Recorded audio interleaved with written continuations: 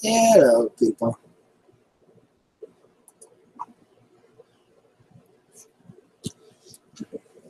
We're back home now.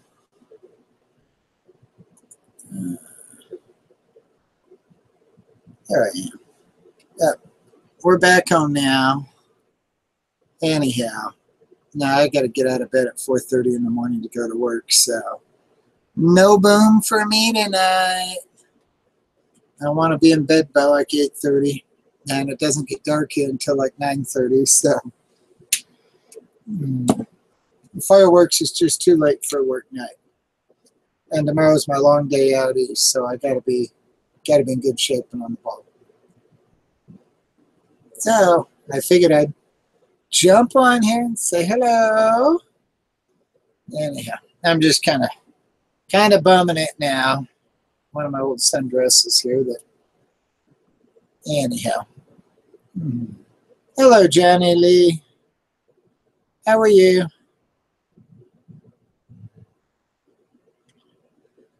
For those of you that have been watching us today, we went over to Penny's and bought a whole bunch of nice clothes. And then we went and had dinner at Golden Corral. And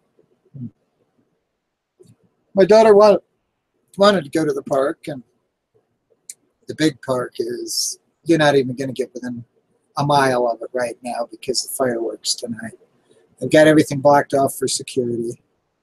And so, yeah.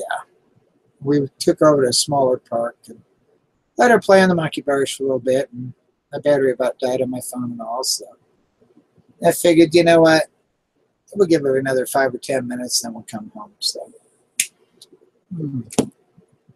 But I got out of my nice dress, I got it all hung up, got my stockings off, and I'm down to my flip-floppies here now. So, now these dresses here, I bought a whole bunch of them because they're just kind of a comfortable, lightweight, throw it on, and they're great to sleep in. They're not too hot, not too cold, and they're silky soft. So then I didn't really see much going on in the way of live feeds, so I figured I'll start one. Today's my day for doing all the lives, so.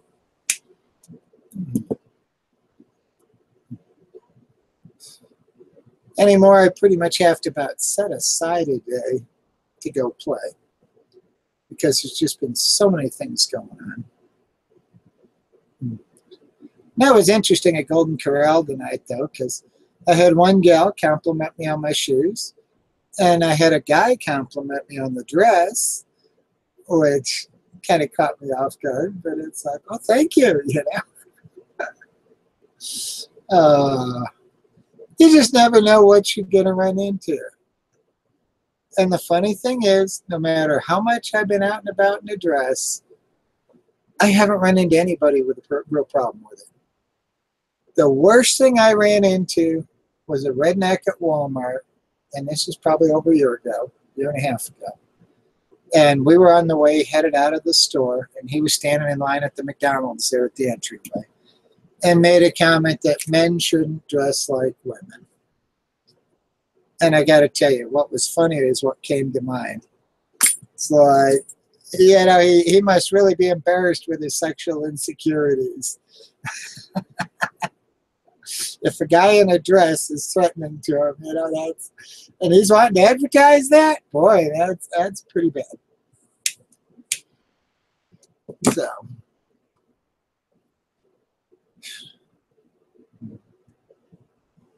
But yeah, no, I've got the wrong career for the holidays. Because when the holidays come, I work that much more.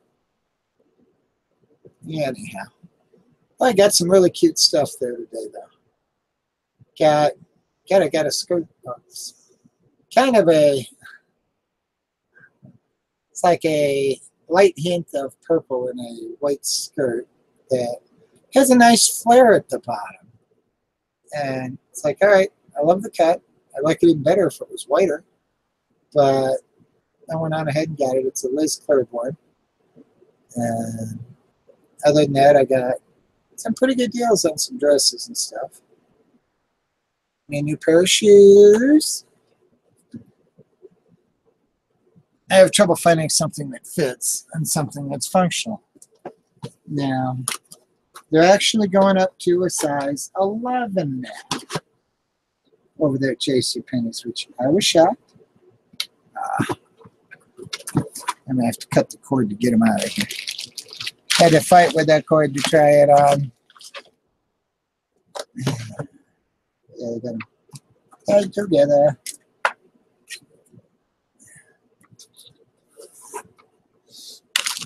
Okay, but yeah, those are the shoes I got. I thought they were cute.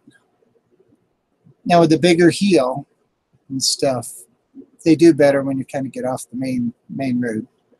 So, because if you got a little bit of heel, you pretty much got to stay on the pavement. And I thought those were pretty cute. And I got a lot of things I can wear black shoes with. And it's like today, trying to pick the right shoes that I could wear. Because everything I tried on, it's like, all right, it hurts on my toes. Now it hurts on my ankle bone. And that's why I finally settled on those sandals I had on today, was because, the big wedges, was because that was the one thing that I've got in black that didn't cut in. Otherwise, I was going to resort back to my old slides that I wear all the time. Hello, Papa Linus. I am just hanging out here. Everybody's running down to the park for fireworks. And I'm hanging out here because I need to be in bed before fireworks time. So, I'm one of the guys that does all the behind the scenes here for all the people. I'm the Coca-Cola guy. So whenever we have big events like this, everybody wants soft drinks, and it's my job to make sure they can get them. So, hello, Vicky Victoria. How are you? Yeah. And I picked the wrong career for the holidays, because when everybody's having fun, we work that much harder. But tomorrow's my day out east. I've got, what's it going to be? It'll be like 16 or 18 stores, and like 72 miles or 78 miles. So, be a lot of running, a lot of driving. But it's not as bad as it could get. So, yeah. So, how are you tonight, Vicky?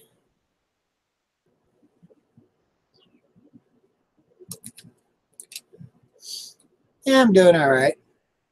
We've been out and about all day, so I'm a little tired. And I got to bail out of bed at 4:30 in the morning, so I figured I would have a little chat and not even try and stay up for fireworks, because they don't blow them off out here until like 9:30. And I should be in bed by then. Either that, or if I can step out the door, watch it, and come right in and crawl in bed, I'm okay.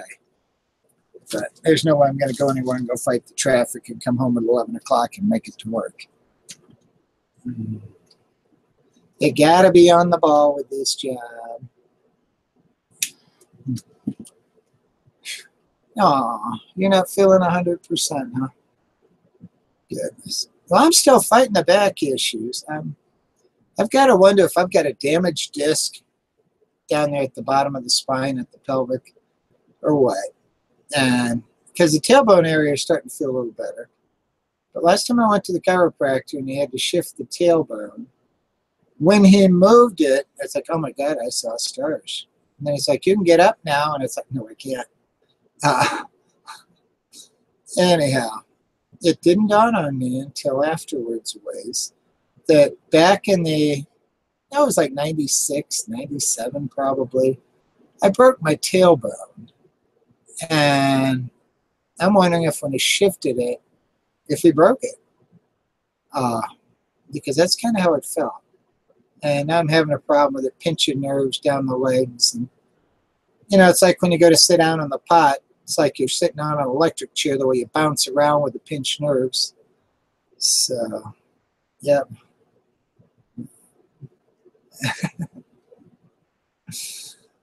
All right, the big jackpot for Blackhawk, Colorado. Boom. Hey. All right, Mike. You know, I bought a lotto ticket there for last Saturday night and never checked it. You know, I could be a multimillionaire and not even have a clue.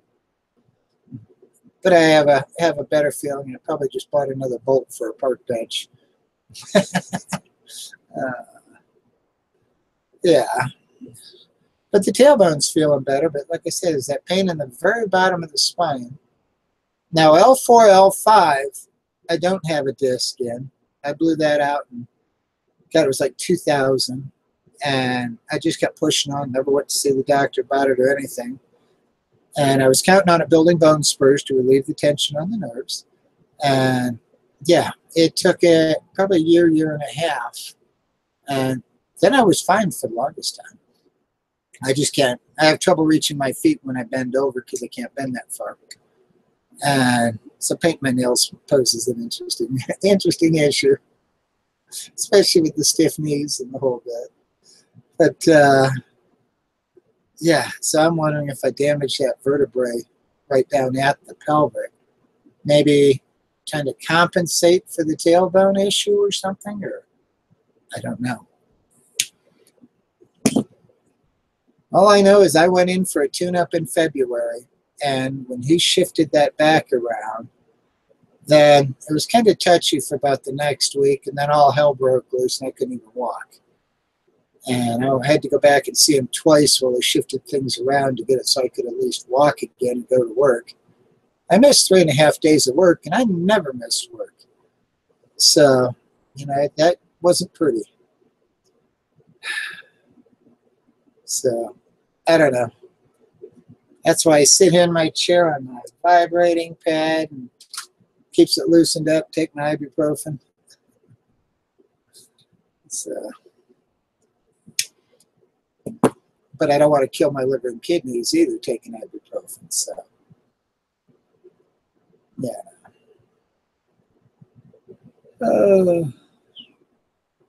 Now, according to Tuna Sandwich, I guess Kelly Kapowski's going to be on tonight. I'm waiting to see that one. That would be funny.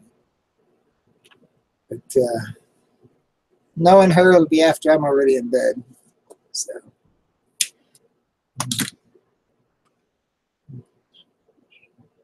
But yeah, no, I got some cute clothes, and I was looking for bras over there. It's part of the whole reason we went to Penny's, because most of these I got are getting pretty old and pretty worn, but they're still comfy. They still work, but you know, it's like, all right. The problem with bras, you find one you like, and 3 months later, they don't make it anymore. It's almost like, all right, they do a run and it's a one-shot deal, and when they're gone, and then you got to pick something else. So, you know, I went over to the store and was looking at them, and the ones that I liked, because I like the non-padded, and they've got to be the right shape to be able to hold the breast forms. And, you know, I like something soft to the touch, not all scratchy lace. So every time I'd find something I liked, they didn't have it in my size. So what I wound up doing was running with the cell phone, and when I found something I liked, I'd get the model number, SKU, whatever they've got on there. They work with the item number, and I'd punch it in and look at it online and see, all right, they've got my size in it and the color I want. And so I wound up, I got 4 bras ordered, and then the panties I liked so much that they did away with in the winter, they're back this year. So I ordered me a bunch of those. In store, they had 1 pair. And it's like, come on, 1 pair? So I went online and ordered like 10 more. Because, you know, the ones I got, they're still holding up pretty good, but they're starting to get a little bit of the little fuzz balls on them, and they're starting to get a little silvered. But anyhow, so I got some more ordered, stay in business. When you find they're hard to get, you got to stock up. But I wound up, I got 2 bras in the store that I liked, and I got 4 more ordered from JCPenney online. So when we got out of there, I went on ahead and completed my order, which was kind of a bitch because at that point, it had logged me out while we were checking out. And so then it's telling me it wouldn't go through, and then it's like, all right, I get logged back in, and we're doing fine. And it's like, wait a minute, where do I input my 20% off coupon? And so, all right, I back up, I input the number, and then when I go forward, it's trying to tell me, you know, credit card is invalid, and this bit, try again, you know, after a while, or whatever it was saying. And so after I tried a couple times, and because it kept wanting to put it on the one card, I want it on the other account. Like, all right, I'm using the other card. That's the one that's got the due date. One's got a due date of the 10th, the other's the 23rd. The 10th is easy to remember. The 23rd, it's like the only thing I've got with the 23rd, and I've missed that in the past just because of that date, which doesn't look good on your credit report when you miss it, but anyhow. So, no, it wouldn't take it, and kept telling me try later. And then when I finally get home here, I go through, I log back in, my card is still there, luckily. And at that point, I got my coupon code in, and it went on ahead, and it let me run it through on the card I wanted, and we're good. So, I don't know what the deal is, but just because I backed up in it or something, it didn't like it. Hello, dear. I figured nobody else was on live. I'll jump on live for a little bit. That's fine. So, yeah. I just got the little camera plugged into the computer, hanging on top of the monitor here. I tried laying it on the shoebox, but it looks so far away. Yep. What? I'm live. I'm here. No, I got it because it was the right size and I thought you'd like it. Okay.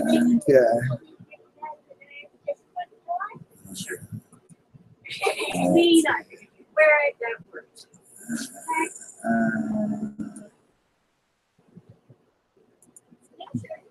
Perfect. Okay. Yeah. I think I'm back. Yeah. Live also, Vicky? Or are you referring to mine being live?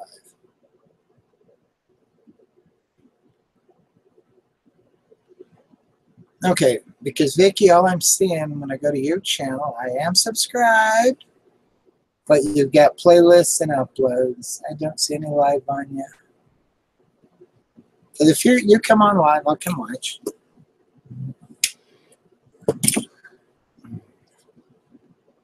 Yeah. You want to jump in and say hello? Yeah. And it's my chat. You can. And the 4th of July. Yeah. Where's the actual piece? It's not. Camera's up here. With the blue light. Where's the not extra? Oh, you want the real time? Yeah. Right there. You don't want the delayed. Yeah.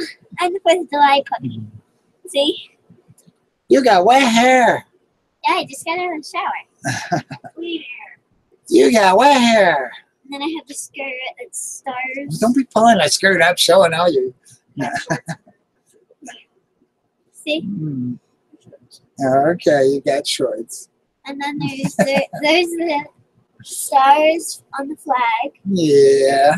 And then there's the red, white puppy, the red and blue puppy with the white shirt. Okay.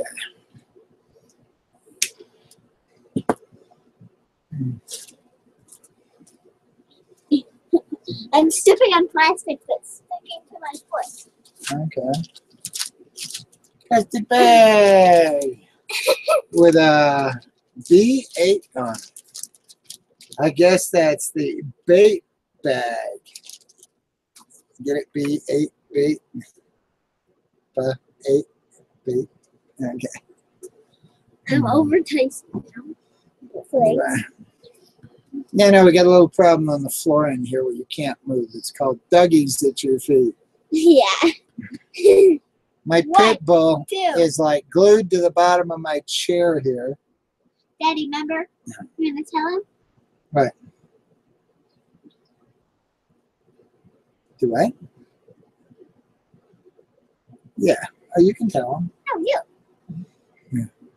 Now, her pit bull, anything that goes boom, she runs and hides. She is not going to make it as a hunting dog, folks. But then again, she's probably too old to run after it anyhow. She's darn sure too fat to run after it. She steals all the chewies and all the dog food. Mm. She's the one who eats every piece of dog food in the bowl. Yippers.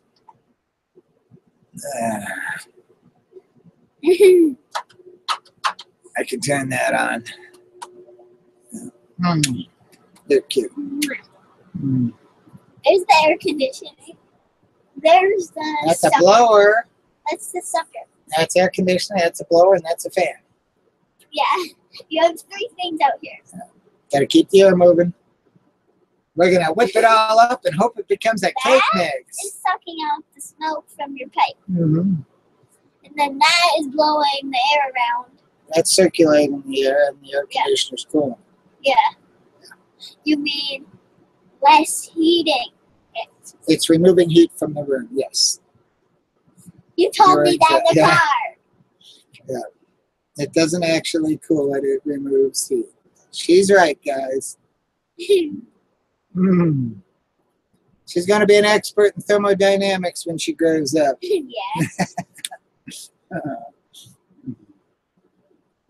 I show some What?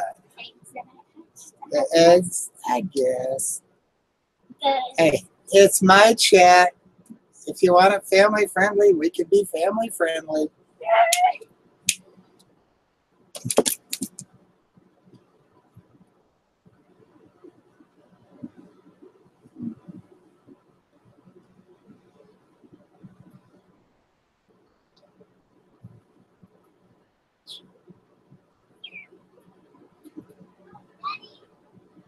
Can you bring the chat out to show them my giant kitty balloons?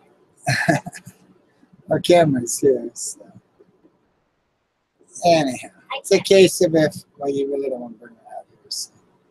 Yeah, so I want you to bring the camera in there. It's on a short cord. The cord goes that far. How come it won't work when it's unplugged? Duh! How come? Now tell me something. If you unplug the light in your bedroom, is it going to work? Okay. Same reason. We don't have the Tesla wireless cord system here. Tesla actually invented the wireless extension cord. I can't see that. Show it. You can't. You will. You just got to do it really slow so it catches up. There's like a 30 or 45 second delay. Okay. Here's one of my Hatchimals. That's what I needed. And here's another one. She was hatching them in the car on the way home, guys. I tell you what, we left the store with 3 of us in the van, and by the time we got home, I think we had 12 of us. No? 8. You got 8 on the Hatchimals? I got 5 Hatchimals. Okay. So we made it home with 8.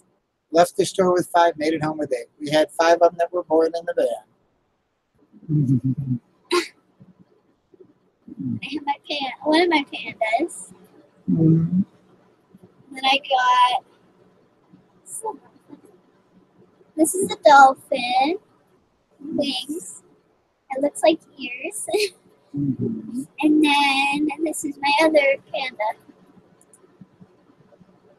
Well, yeah, it looks like a pink panda to me. It is. Are you ticklish right in that belly button? Yeah. Mm. I don't want to smoke you out. Okay, that's a pink panda. Mm. And then this one's the purple and white. Yep.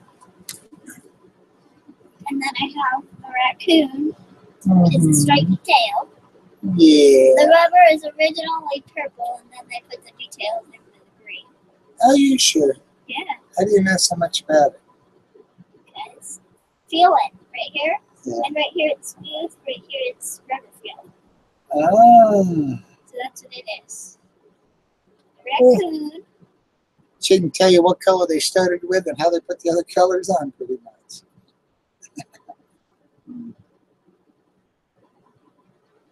I probably started out white and then added the purple. Yep.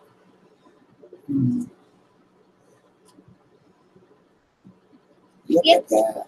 I know this one. They started with light pink rubber and then put on dark pink. Oh, okay. Then on this one, it's just see-through rubber with paint. Wow. It's see-through blue rubber. Well, look on the bright side. If he has any problems, you can see into him to see what the problem is. Wouldn't it be great if you had see-through, if you were see-through and the doctor could look and say, oh, you broke that bone. Or, Everybody would see that. I know. And we would have to wear clothes still. To hide it all, huh? Yeah. Daddy, and then this one, they used dark pink and then added light pink. Yeah, I guess.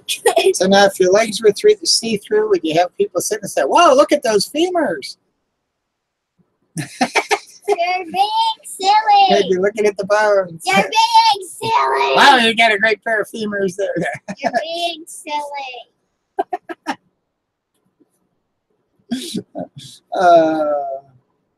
Well, you gotta know the way people are. You're being really silly. And then if you drank grape Kool-Aid, it'd show up as grape. Wow! Daddy, They're purple inside. you're being silly.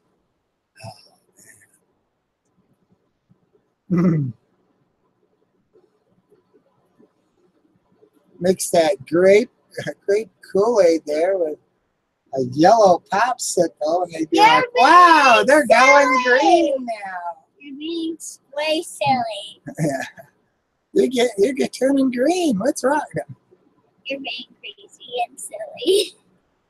Hey, it's my live stream. I can be crazy. Wow, don't fall. Don't throw my shoes on the doggy.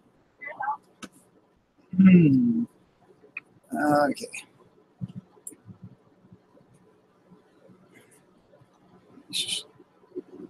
Yeah.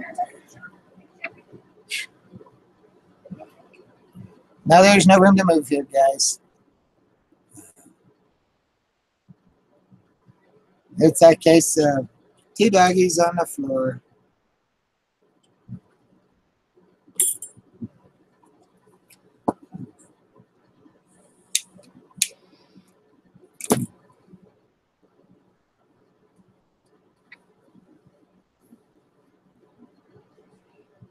Can I show them the picture from yesterday? Go ahead. I want to be able to see it. Don't let us see it. Okay. Cool.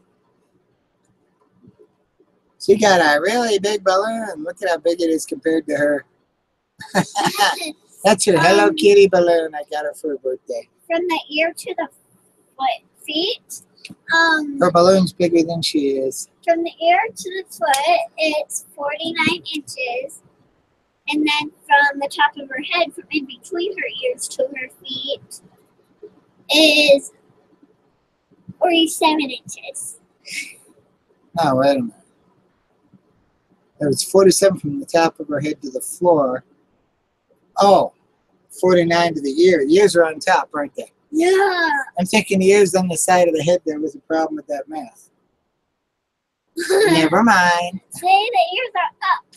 Yes, they are. Now that's a good picture. Yeah, Mama. I was gonna say, is that your phone? You're growing up so fast. I don't have a phone yet. Nobody bought me a phone. Well, you always show up with a phone. Where do you get these all the time? The big M, huh? Mama. Mm-hmm.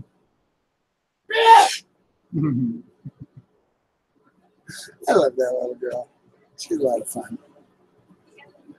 Well, so how is everybody? Did everybody bail out on me and go see fireworks? If anybody wants to come on panel, just holler. I'll send a link. I'll post one here even.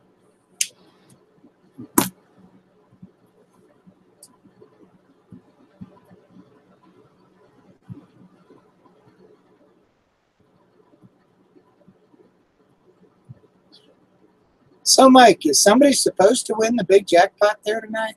Is that what it's all about? Daddy, Mommy, let me take a picture of the back of the kitty and... Wow, look at that. I can't see the picture. You can't see it? Okay. It says Hello Kitty on the back of her head, her stars on her dress, and then... You don't think she likes your balloon, do you? I love my balloons! And the scary part is she took it to bed with her last night and stood it up right at the foot of the bed. And I kept waiting for her to wake up in the middle of the night, kind of crack an eye open and see this humongous thing sitting there at the foot of the bed and her scream her head off. But it didn't happen. I just figured it'd startle her in the middle of the night in the dark. Ah, somebody's watching me.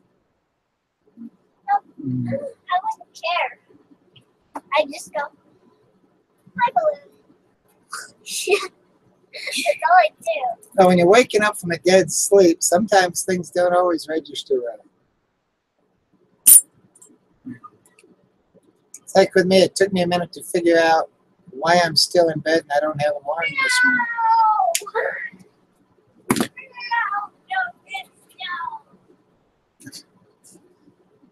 Okay. Can you turn the camera so I can see her? I can try. She's wanting me to see her balloon. There's, over there, there's her big balloon. Okay. Hold her up in the archway again there. The archway is a good perspective. That gives you an idea how big she is. She fills the whole archway, guys.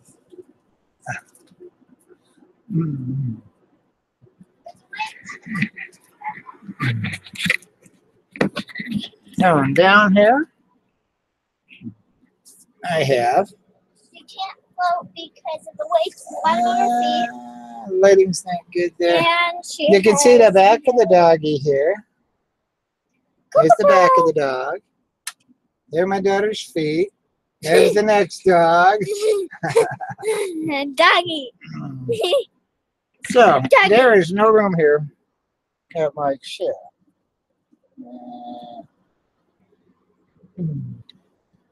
That's Coco Puff. Yeah. Coco Puff. Perfect. Puffer. Say hi. There she is. There's the nose. The nose. See the There's head. that Cocoa Puff. That's the dark spot. Big black dot. Is Tyson's leaving. Woohoo. That's a Tyson butt. You're upside down. You're upside down.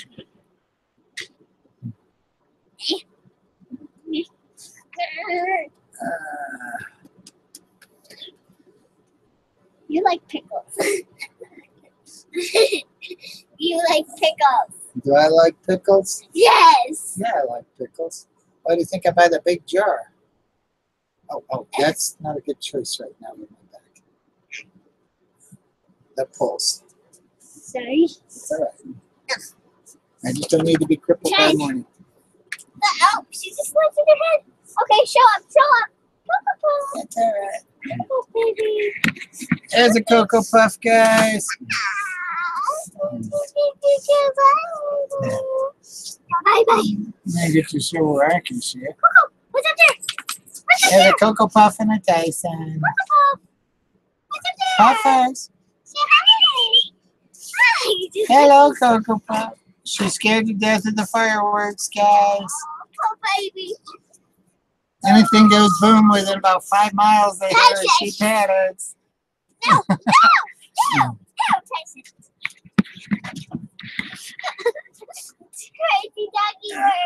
it can be such a quiet little boom that you don't even hear it or hardly hear it. And she's like scared. Oh, would they change places? I was going to say, there's Puff still wedged in here. I'm playing on here. I'm Tyson, the maniac. Very nice. Yeah, we see her waving in there.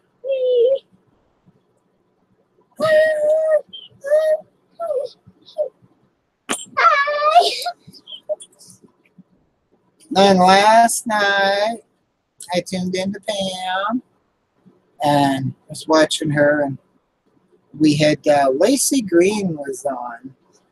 So I had to go see Lacey Green live. Now, it seems Lacey has a boyfriend finally.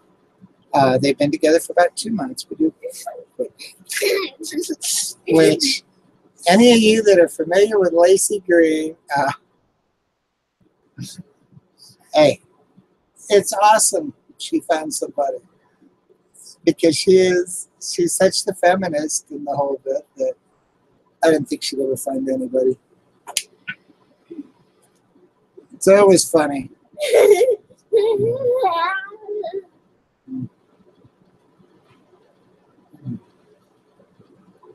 So who all we got hanging here? It's like the chat. Is it working or is it stuck? Because I haven't seen the chat move in a while. Or am I chatting enough for everybody?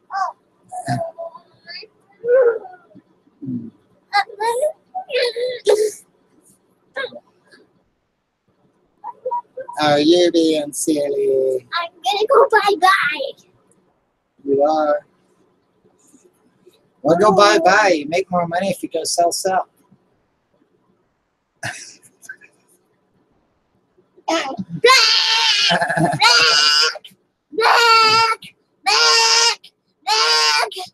Well, there's sellers and there's buyers.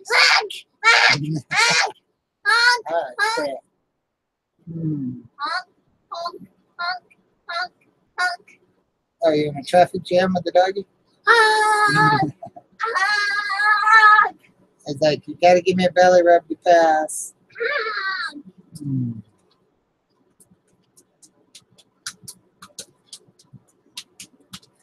Oh. So how is everybody? Hope everybody's had a good 4th of July.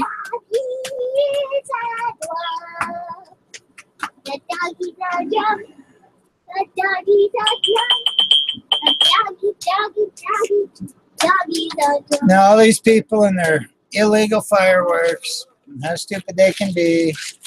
Headlines in the news last night. We had a man in Aurora, Colorado, which is up by Denver, that burned his own house down because of playing with illegal fireworks. So it's like, okay, not only is he going to get the book thrown at him for that, do time in jail and be fined to death, he doesn't have a house now either. So that's one in the hard way.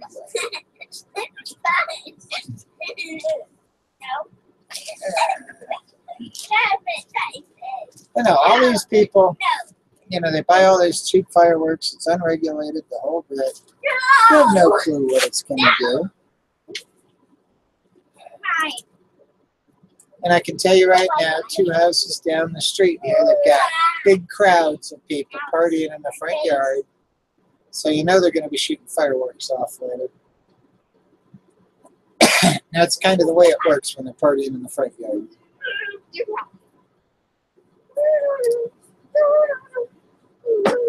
We've been very dry and breezy lately, so fire danger's high.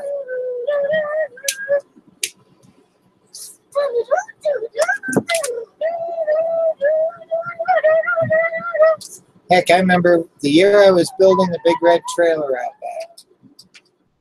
Going through the holidays, we had, the fire danger was so high, there was even you weren't even allowed to weld outdoors, much less use your grill or anything else. It was that critical. And that was when I was building the trailer. And it's like, all right, you know, my whole weekend was based on welding. Now, the beautiful part is my whole yard was dirt, so I didn't have anything at all to worry about. So I was out there welding on my trailer, but if there was anything that could have caught fire, okay. If I'd have caught anything on fire, I'd have really had an issue. But the fact that the whole yard was dirt and there was nothing that could burn. In a case like that, I'll take my chances.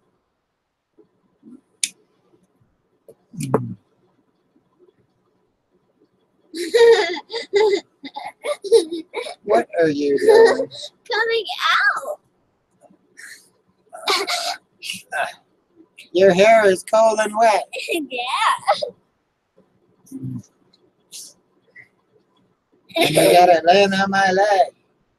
Can you hold it up here? You're going to mess it up. You need to get a brush and start brushing it. No, go that way.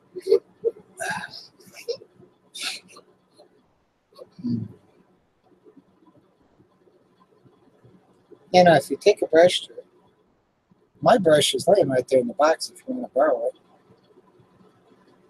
There, right in the box right there. The brown box. Not the blue box. The blue box is my new shoes.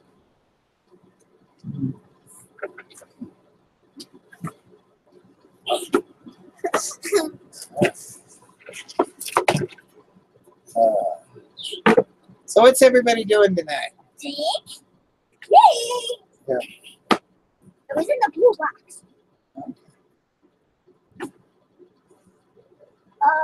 The wire end, as long as you don't tear your scalp up, it does really good for the knots. No! I tear my scalp up. Around it on the end. I'm thinking when you're brushing the long parts, use it, and then you go to the other part when you get up to the scalp.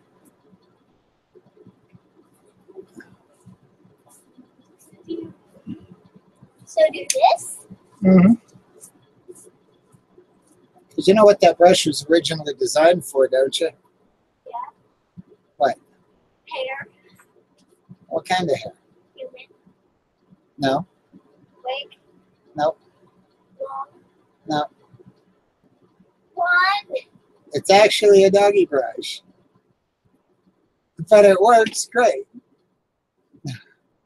That's what it was designed for, but it's like, man, it's perfect. So if it can brush the hair on your long-haired dog, it can brush mine. She's silly.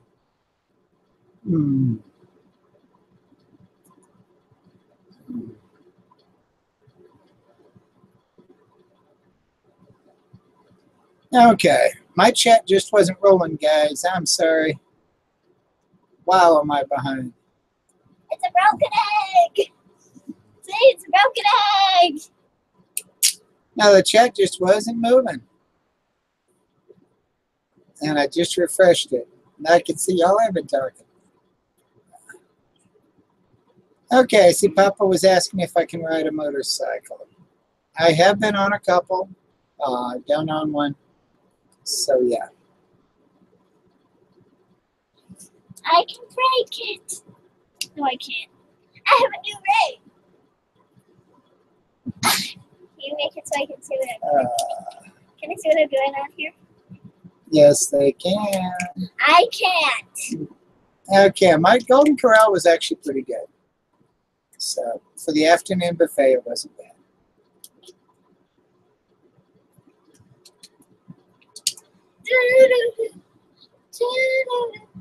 Go ahead and call my neighbor there, Note. While you're at it, tell her how fucked up she is.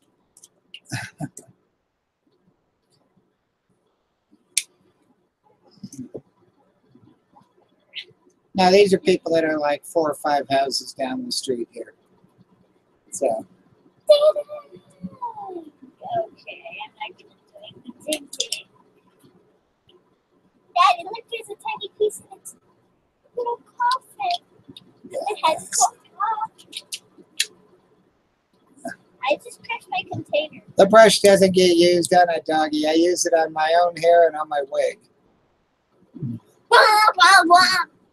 Wah, wah, wah. Never been on a doggy, Rah, rah, rah. but it makes the perfect wig brush. Rah, wah, wah. Wah, wah.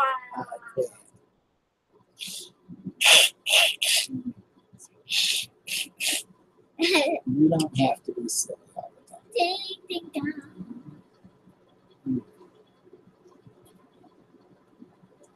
Yeah. So it's troll night here, huh, guys? Oh. I'm thinking with all the trolls we got, we need to go get a boat and do some trolling, catch some fish.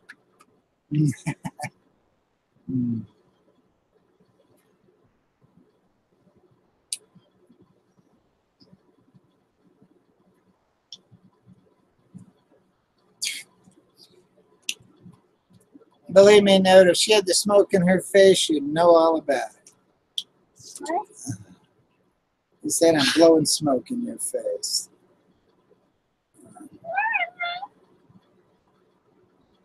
Hey, if she wants to come out here and see me when I'm smoking a pipe, she can come see me.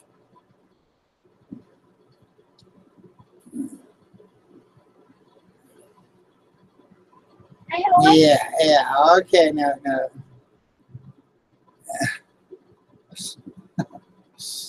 Why would my wife need to remarry anyhow?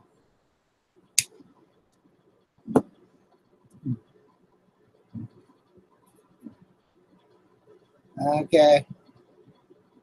And why does a guy in a dress bother you? Are you that insecure yourself?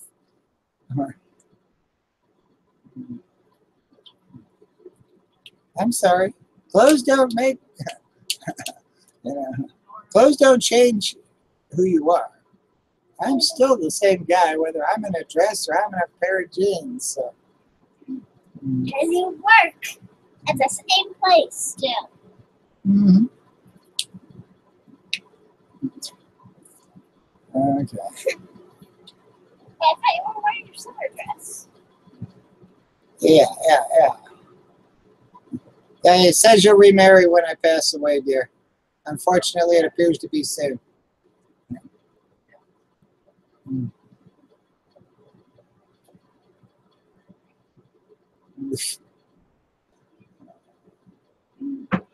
Okay, what about all these guys that wear these toupees and all? They're not freaks for wearing toupees? That's a wig.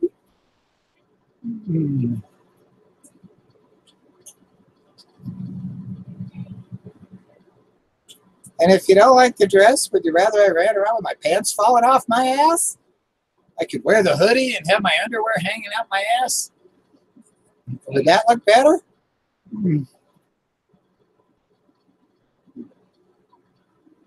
I'm sorry. Now, if you look at these dresses, it's like here, you've got a shoulder strap with a little bit of what do they call it? I draw a blank now.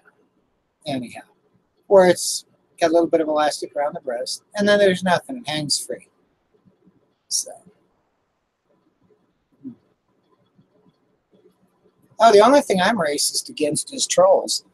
That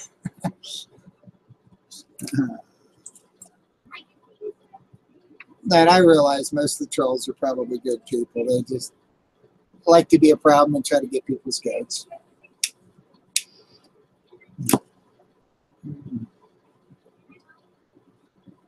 But I'm sorry. I'm a guy. Okay, I wear a dress. I'm not going to hide the fact that I'm a guy. It's like when we stopped and got gas, I went in and used the men's room because I'm a guy. I'm not a pervert. I'm not going to go over to the ladies' room.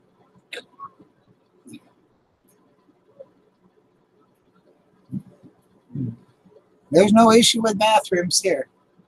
So, now, men in the men's room might have a problem with me, but you know what? That's their problem, not mine.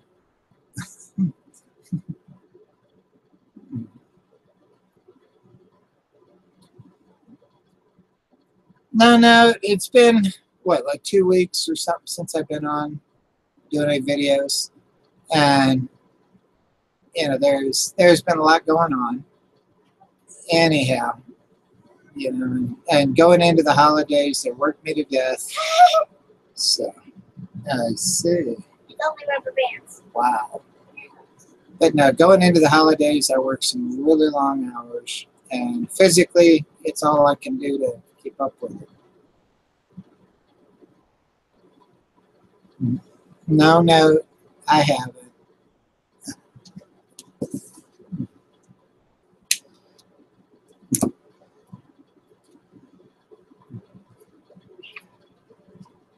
No, it's funny in most of the men's rooms because when I run into guys, it's like what I ran into up at the top of the peak. We had the Combat Vets biker gang was up there. And we came up on the train, and I needed to go pee. So I go get in line to the men's room. And when I get in there, and I'm like 3 or 4 people back from the front of the line, there's a guy at the urinal, and he looks over at me, and he says, "Really?" And my response was, "Really?" And all the biker gang guys were, all getting there, all right, let's see this.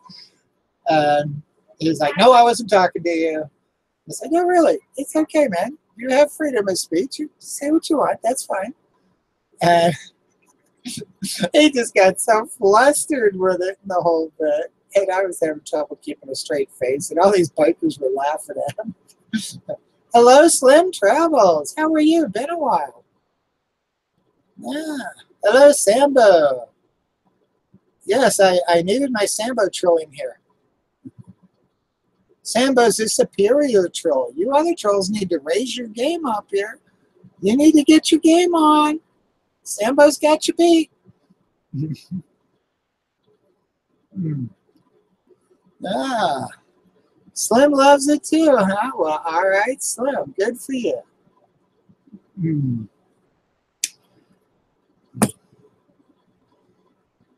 Yeah. Hello, Aggie. How are you tonight, girl? Yeah, no, fireworks won't start at Memorial Park until like 9 or 9:30, and I need to be in bed by like 8:30. I got to bail out at 4:30 in the morning. I got to get up at 4:30 and hit the ground running. Got a lot of cleanup to do and a lot of stores and a lot of miles to cover. So it's always stressful on the holidays. And being I have trouble getting up in the morning if I have anything to drink. I can't drink tonight, so because all it'll do is slow me down in the morning and I'll pay the price for it, and I'm not going to do that.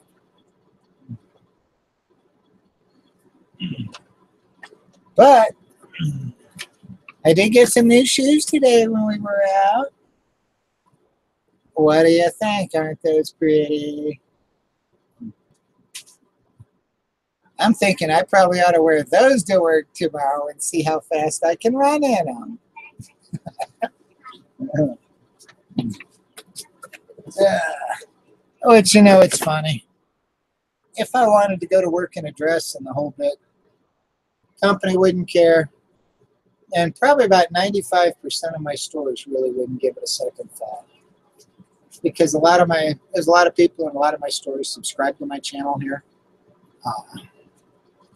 Yeah, if I had if they give you the 5th off instead of the 4th, you could stay up, watch the fireworks, and then rest up the next day. But putting it on a Tuesday, this has been a screwed up holiday weekend.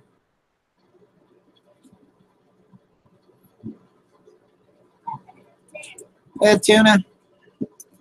We got a lot of people that like to shoot illegal fireworks and have no clue what they're doing. Every year we have people that wind up blowing fingers off, burning themselves, burning their house down.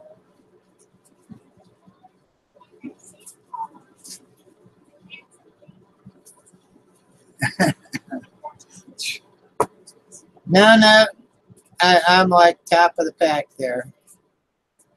When you look at my performance and my numbers and the profit I make for them, I'm not going anywhere.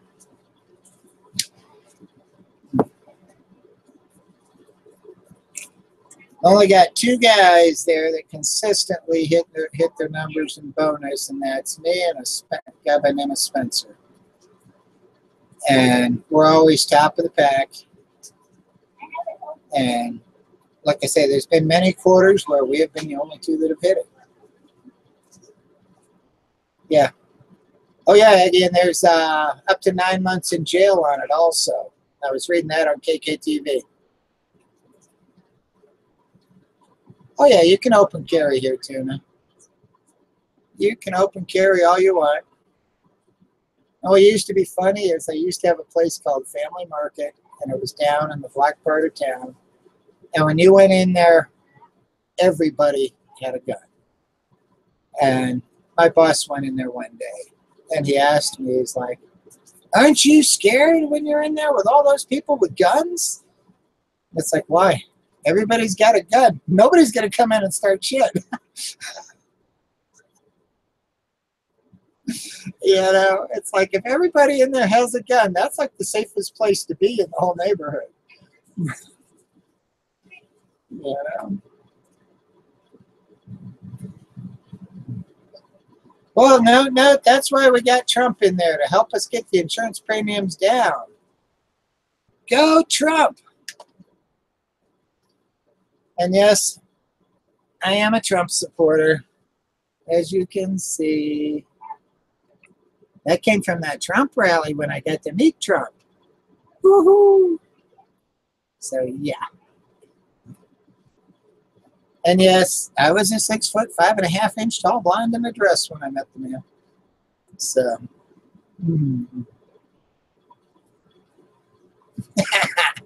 all right, cute one there.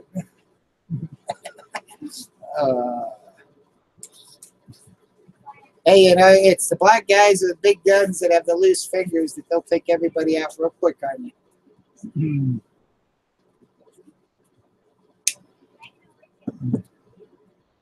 So, Tuna, where'd you get this info about Kelly Kapowski coming on later? Is she going to be on before I hit the bed or later?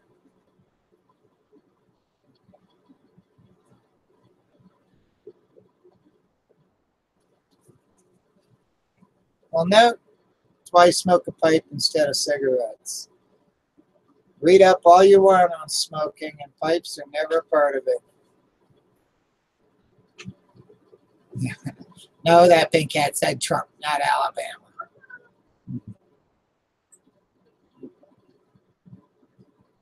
If it said Alabama, it'd be playing Sweet Home Alabama there when you put it on, you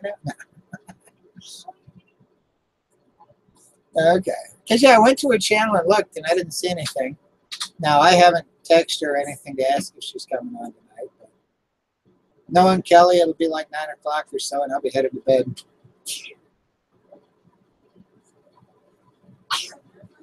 You don't think she, I mean...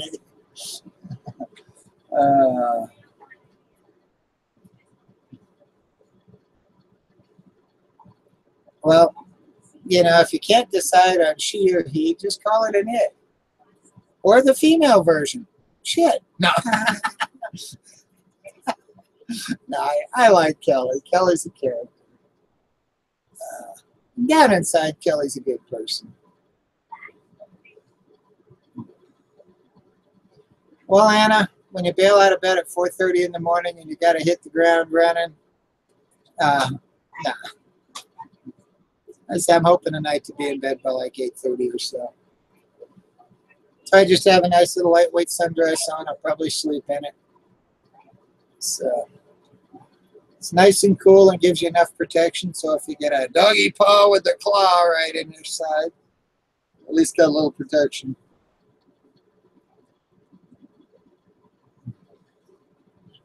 Yeah. Diana, I've hit the bed between like 8:30 and 9:30 for so many years. Bailed out at 4:30 every morning. And the problem is when I actually get a chance I can sleep in, I got to get up at like 4:30 and go pee. And then I crawl back in bed. And sometimes I can go back to sleep. Other times I just can't turn the brain off. You know? If the wheels start turning, I'm awake. However, 2 o'clock in the afternoon, any chance I get is nap time.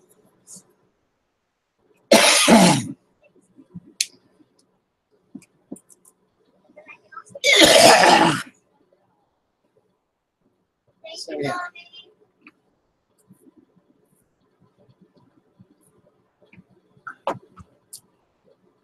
No, and the dogs are all geared to that 4:30 in the morning too, so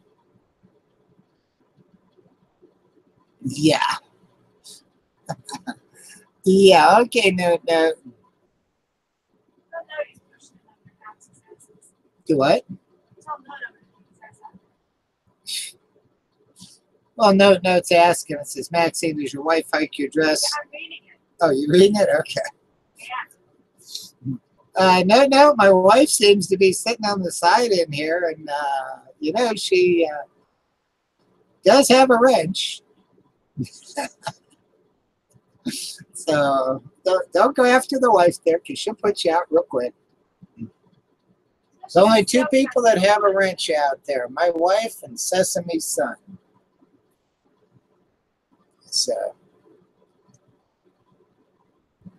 oh yeah, pipe keeps the lungs working good. Keeps them in shape. Now,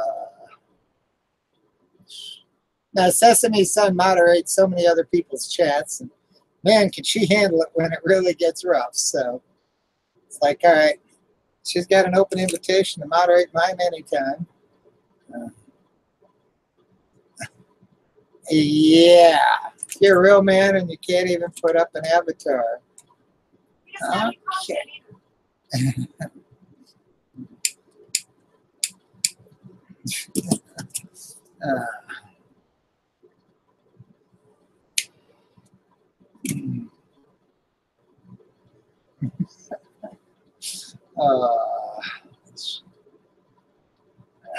Goodness. So being a real man is about trolling people, huh? I'm thinking that's a little screwed up on your priorities there, guy.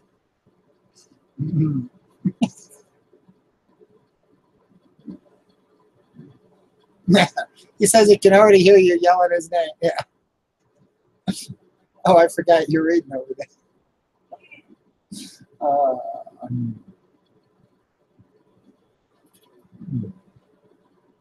At least if you're going to throw him out, at least tell him bye-bye, you know. Okay. Oops.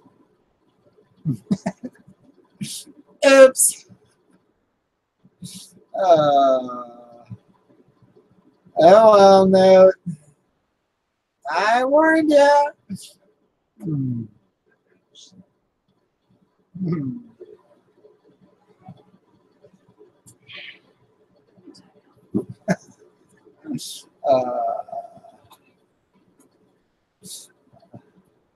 What is my wife's name? Kim. If Kim the dress lady means anything to you, that's her page.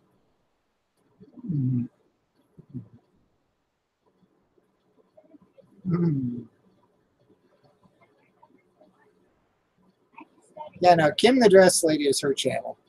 I don't have content. So she doesn't have any content on here. She's more of a Facebooker. No, Anna says hi. Slim says hi. You can tell him hi. Doesn't matter. I don't have content on my channel because if I'm going to put something up, I'm going to put it on my channel. Yeah. Okay. Well, you can tell him hi here.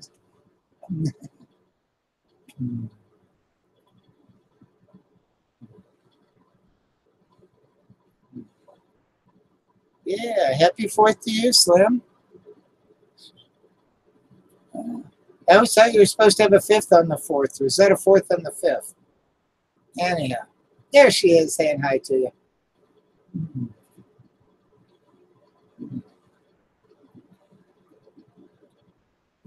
The avatar there, that's our old demi-dog.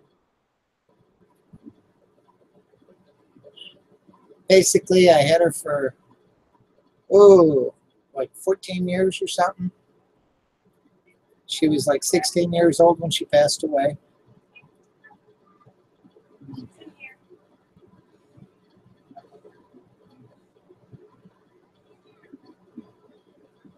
No, I miss that girl. She was quite the doggy. And it was so funny because any animal that came in her yard was dead meat. But when you took her out of her yard, I had her up on a hiking trail in the mountain one day. And a little chipmunk ran out in front of her and stood there and looked at her. And she just stops, squares the ears off, tilts her head, looking at this thing. Not an aggressive bone in her body.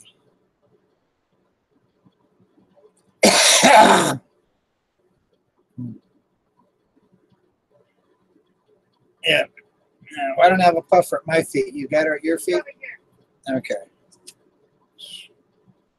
Yeah, no, our Cocoa Puff, the pit bull, biggest weenie in the world with anything that goes pop.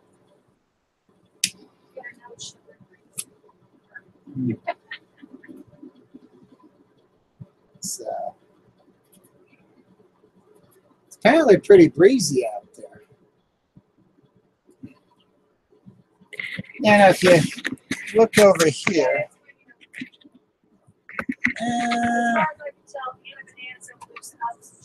let's see.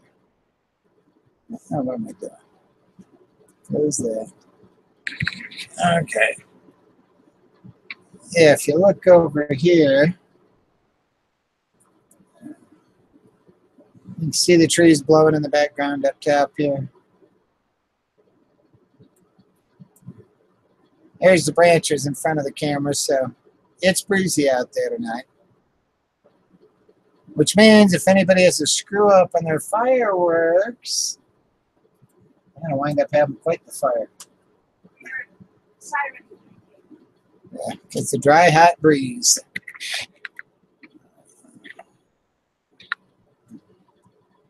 So, yeah.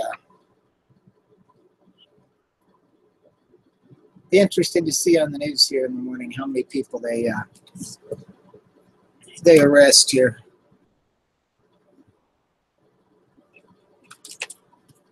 Well, Anna, we go to court on September 7th. So we'll tell you if she's settled down after that.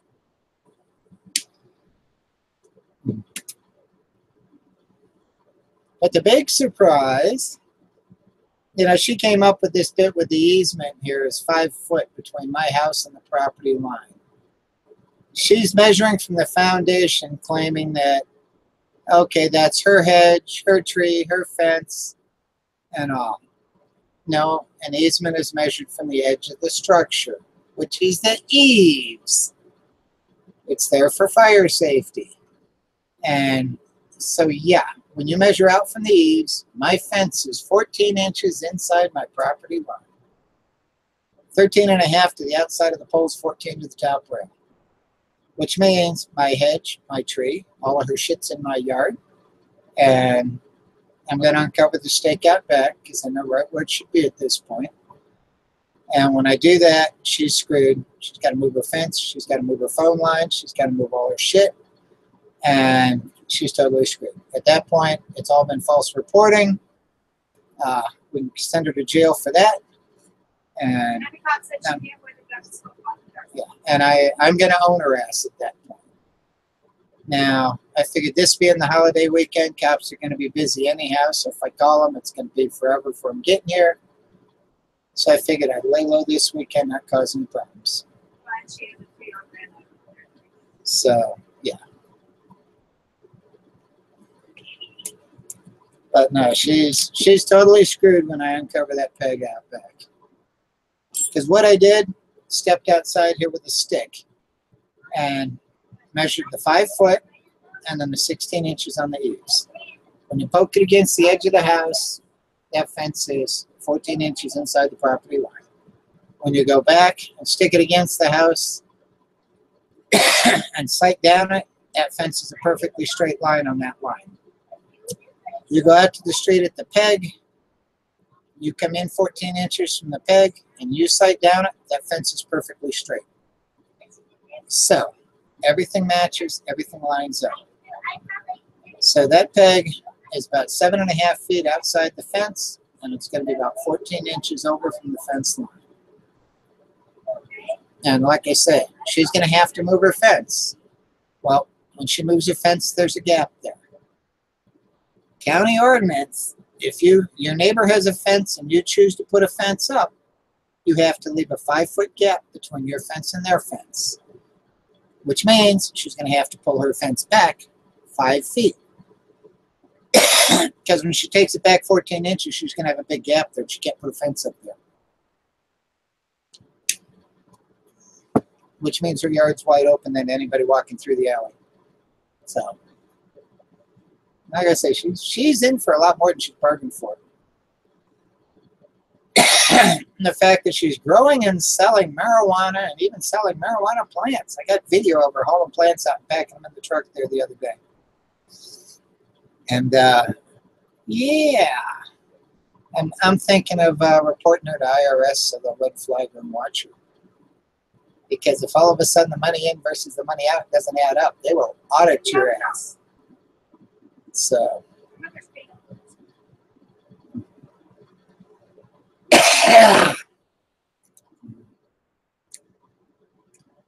No, I wouldn't doubt it if she didn't have one of her kids watching this as we speak. Yeah.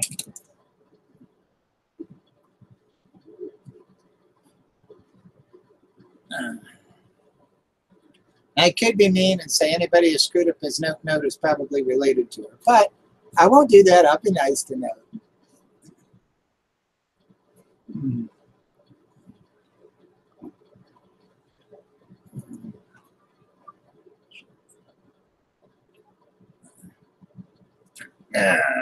No, and when I go after it, no, I just got my tape measure the other day. I got a 150-foot tape measure, so when I roll out to go find that peg, I can pinpoint right where to dig.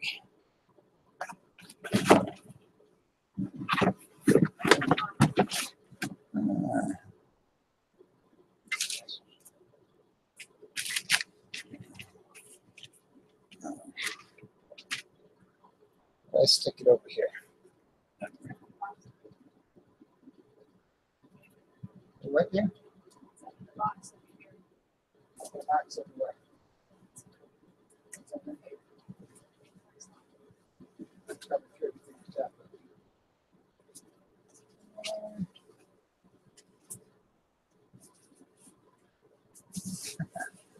It's in here, I buried it.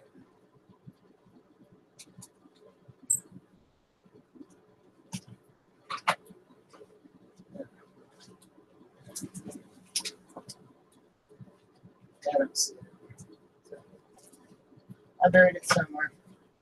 I thought it was in this box over here, but okay.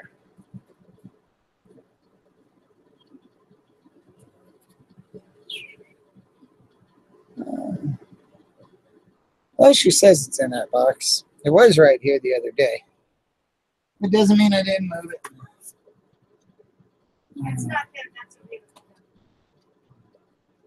So yeah.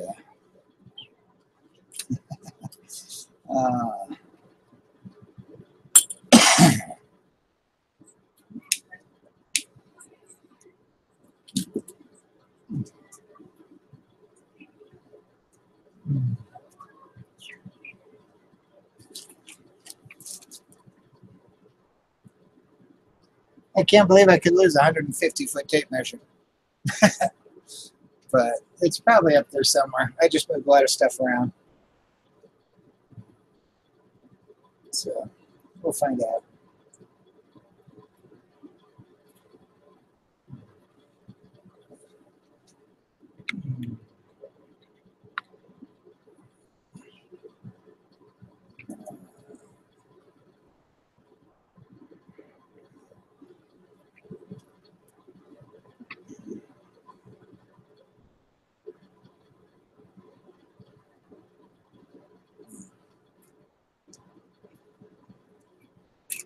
You know, Papa Linus, if I go for just a regular survey, all they're going to do is come out and uncover the pegs. It cost me $350. So, like I say, if she wants to question it when everything matches, she can pay the $6,500 and have it surveyed. Because if I pay the $6,500, I'm suing her ass for it.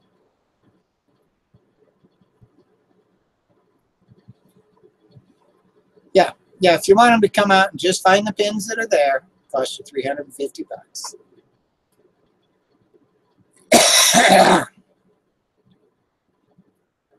So, like I said, all they're going to do is the same thing I'm doing, is find the pin.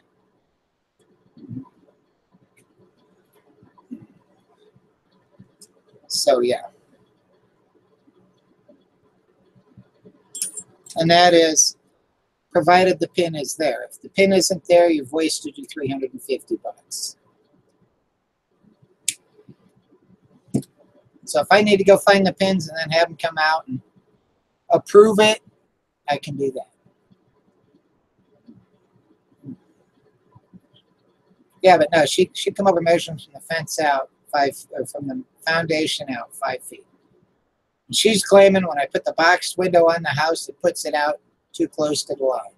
No, the boxed window's under the eaves. Doesn't affect it because it's from the edge of the structure, which is the eaves. So.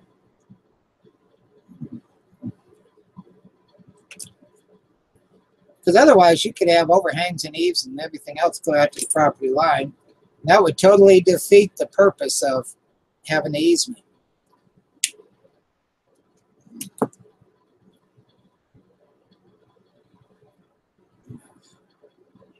Oh, she's a whack job, Papa. Basically, she's got 3 different prescriptions going for oxy. And so she's a pillhead, as well as smoking pot. And she's selling oxys and pot on the side. And so, like I say, I turn her into IRS, they'll nail her ass to the wall. Because the money in's not going to match the money going out.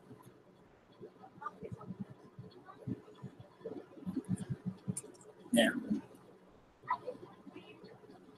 Well, hello, Deborah. How are you, girl?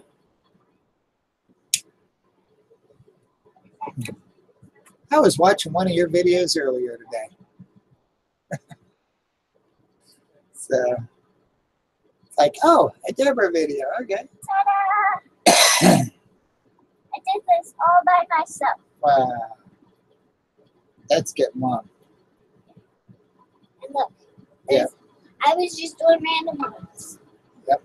And then a Blue, little white, bit blue, earlier. red, white, blue, blue, white, blue, white. Okay. And then multicolors. Earlier, right here. And then this is from now. Let me see what we got. See, it's the 4th of July right here. Ah, Can I show them? okay.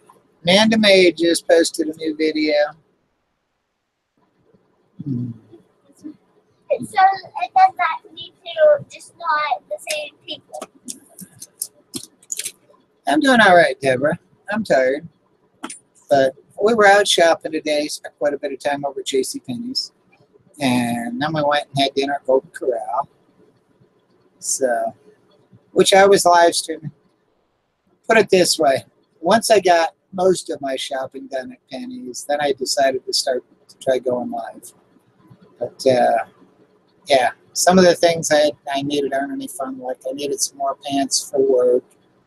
So, you know, guy clothes. Which guy clothes are no fun shopping for.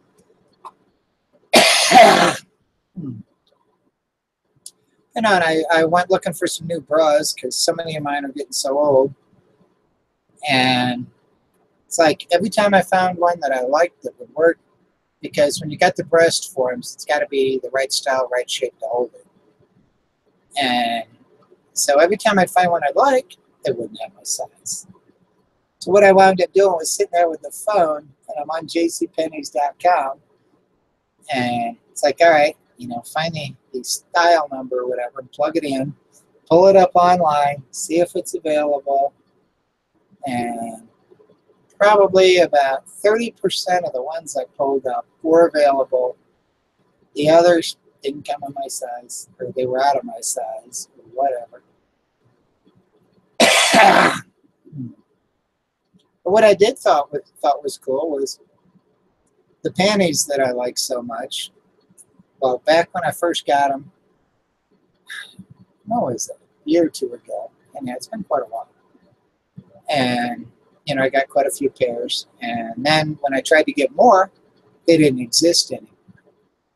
I'm thinking, oh boy. Well, I'm in the store today, and they had them on a table. Now, they only had one pair.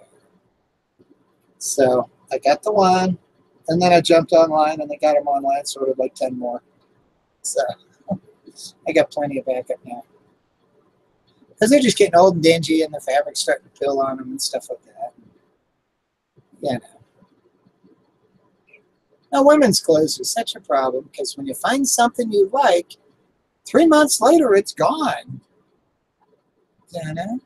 As the guy, I can go back year after year, buy the same shoes, buy the same pants.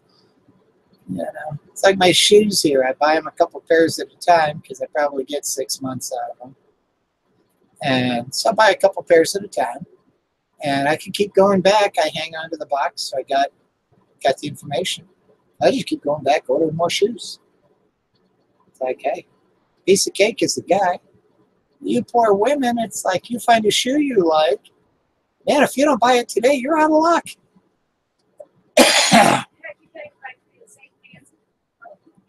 And I swear with like bras, they do a run of this style, and that's all there is. And it's like when they sell out, they're gone. You know, there is no, when your size is gone, you're out of luck on it. So.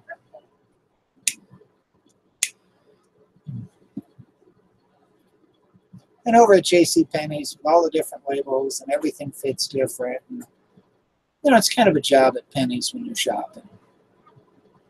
Now, I love Dress Barn because I'm a 16W at Dress Barn.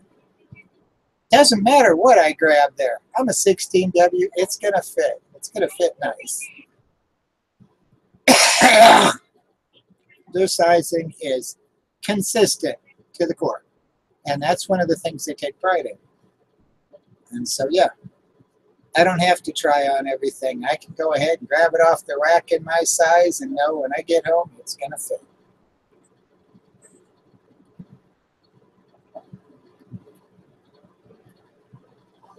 Yeah.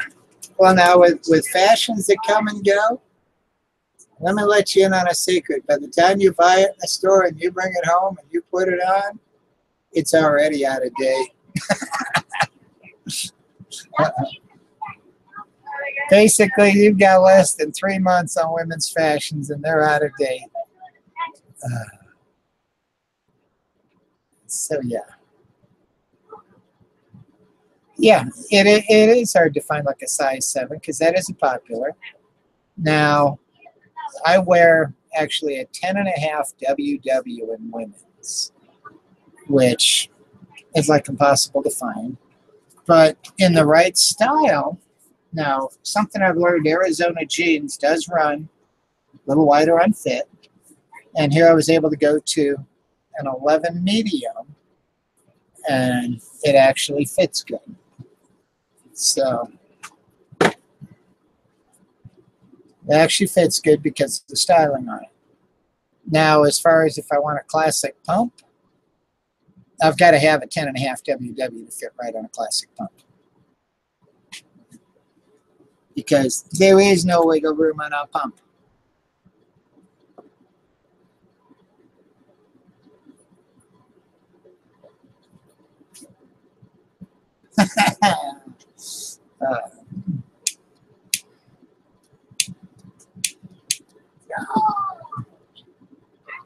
See, with me on a shirt, you know, if you ever notice, if I'm not in a dress, I'm in a red shirt. It's only because for so many years I had to buy my own shirts. And it's like a $25 Hanes shirt. But you can get them at Cheapy Tees online for $8. And they got the collar, they got the pocket. It's a nice looking shirt, very durable. So I was buying those because if I tear one up or trash it or whatever, it's an $8 shirt. Okay. So basically, grab some wieners off the roller grill at Loaf and Jug, the next day instead of stopping at Burger King. There's your $8. Yeah. But yeah, and so I've probably got like 20 or 30 of those shirts that when they got spotted up, so I didn't want to wear them at work, I grab a new one, and they become a yard shirt. And so, yeah, my whole wardrobe for men's shirts is pretty much red shirts with the collar and the pocket. So, yeah, I like the golf shirt style with the pocket better. Never been a t-shirt person.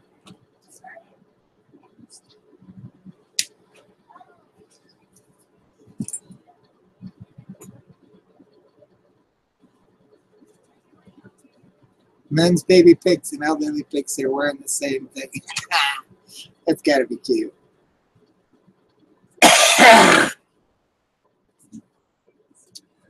Now, about the only t-shirt I've got, really, other than a couple rocketry shirts, I've got one with the Miranda rights on it. Basically, hey, you have the right to remain silent. Anything you say or do can and will be held against you. I have the right to kick your ass.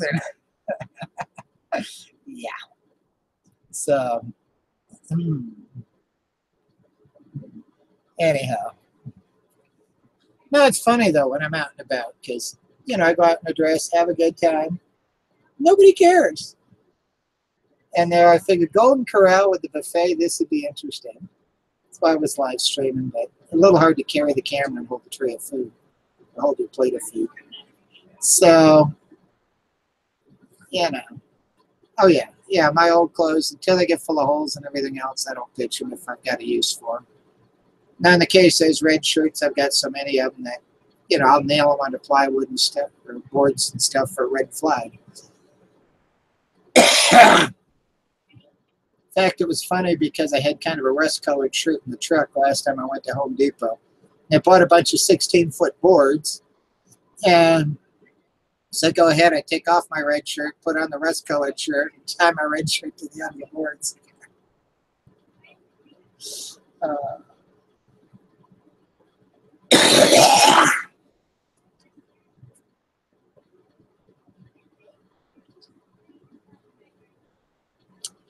Yeah, and if I want to go out and change oil and work on the truck or something, and I get all greasy, no big deal. I throw the shirt away. Because as well as I do, when you get it full of motor oil, it'll never come out. Yeah, I get the shoes at JCPenney's. So normally they never go bigger than a 10. They finally go to an 11 in several of the brands. So they're starting to realize that, people's feet are getting bigger. They've stuck with the same small sizes forever. And, that's not what people need.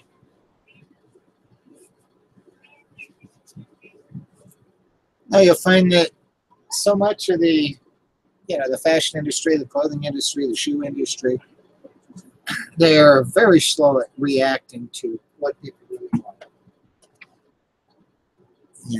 And the fact that they shove all this inventory into the stores and then they need to just sell through it. It's not like they have a record that, all right, these are the first items that sold, that if we put more of these in, we could sell more and make more money. Okay. See, my whole job is inventory control. Trying to second guess the consumer on how much pop and soft drinks and vitamin water and Monster they're going to drink, and try to get the inventory right in the store. Now, when you know it's right is if they're like, get in the truck in the morning. When I go in, everything should basically max out the window with about nothing in back. Now, if they're 48 hours, basically, you want to have a little extra green Monster in back, a little bit of blue Powerade, So that's the trick. Basically, the goal in this game is you always have to look better than the competitor. which means you need to be spot on what you're sending them to try to make the competition look like they don't know their ass in a hole in the ground because they've got them so loaded up with shit they don't need and they're out of stock on what they do need. So,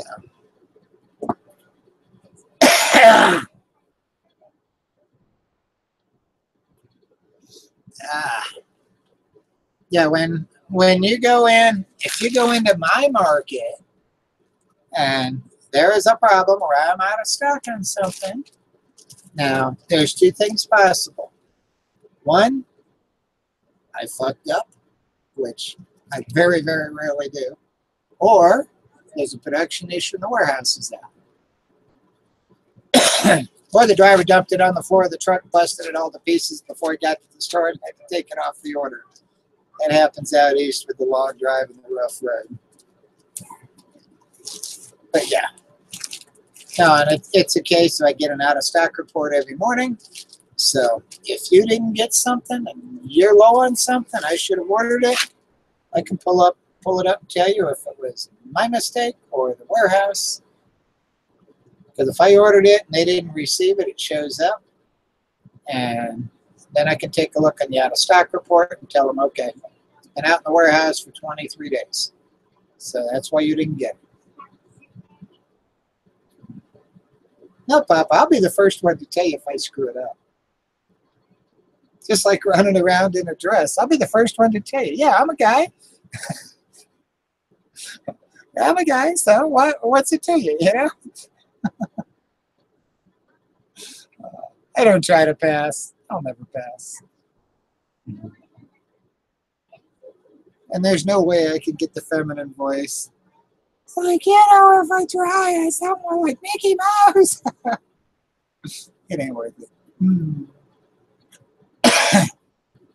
You know, take me as I am, or, you know, hey, if you don't like me, too bad. I don't care.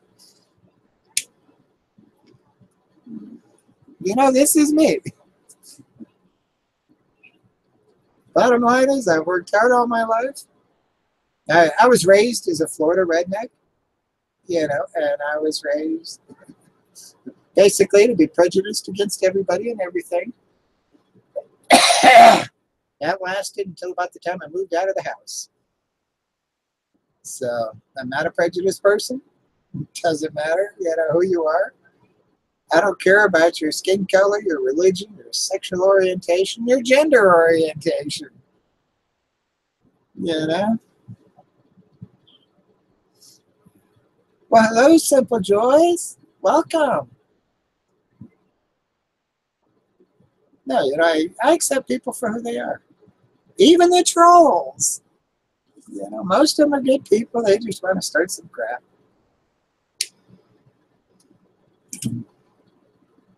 Which, okay. You know, I've done some comments out there like Elvis Travels. Basically picking on him like a brother would pick on another brother. And, and he takes so much offense to it. Because I'll make like snarky comments, make him feel like an idiot, you know. I won't now call the color black. But I'll word it in such a way that he feels like he's a real dummy. So no, I'm not a mean person. But come on, when you hammer on me constantly, you know, I'm gonna have a little fun with it sometimes.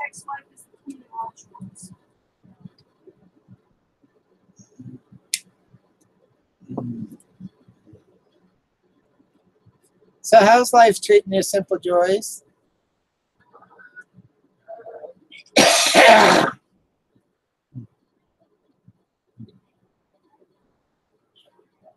Now, part of the coughing is I've been fighting a sinus infection for quite some time. And until our weather settles down, it doesn't make any sense for me to go see the doctor and get it straightened out for you to just come back. You know.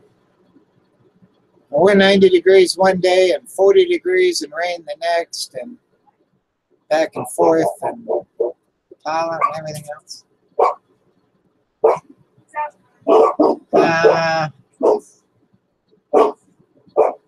I can't tell if it's a guy or a girl, but they're with a cane walking. It's a 4-pronged cane. I'm thinking it's probably a lady with a 4-prong cane.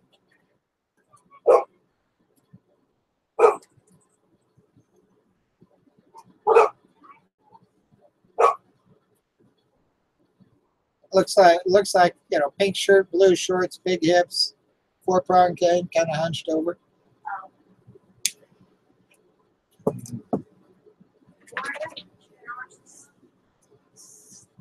100 plus. Wow. No, temperatures have been screwy because we were clear up, pushing 97, 98 degrees. And then all of a sudden, we're in like the 50s the next day.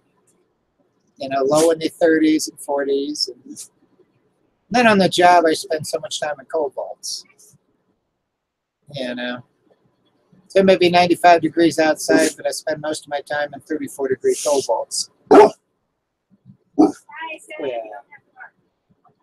Oh, yeah. If you want to be a good boy, you can bring my shoe over.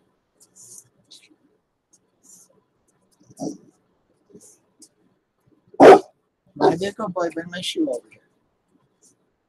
I didn't say just walk over it. I said bring it over. You're supposed to pick it up, bring it over to get it.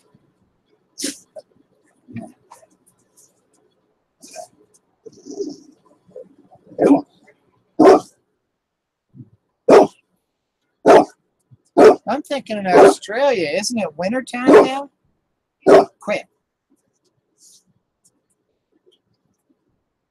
You don't stand there and bark your head off. That's what I thought, Simple Joyce. Because you're basically 180 degrees out from us on seasons.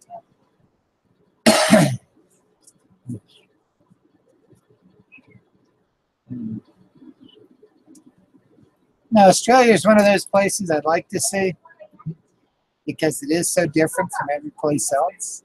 And when you get to the outback, you're really outback.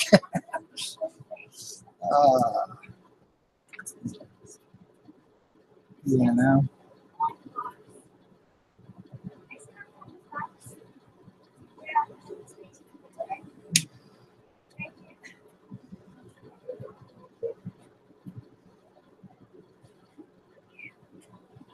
Yeah, I know how big Australia is and how far it is from one place to the next. That's why they run road trains, because it's so far across there, and there's nothing there.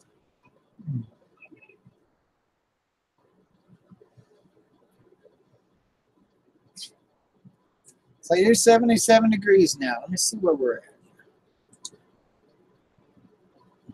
We're 86 here at the moment.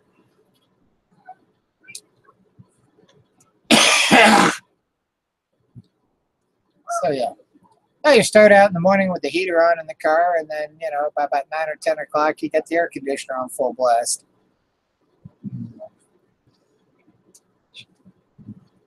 And here I've learned at the house, before we leave, set the air conditioner to come on, you know, whenever it's going to start heating up. Yeah. Yeah. Your state of Queensland is 4 times the size of Texas, and that's just a state in Australia.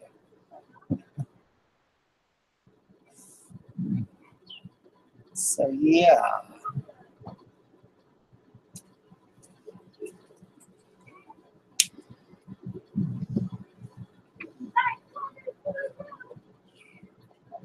But no, Sydney would be something to see. You know, I've seen a lot of pictures of Sydney. It looks like a beautiful place. Of course, I gotta love, you know, gotta love the attitude of the people from Australia.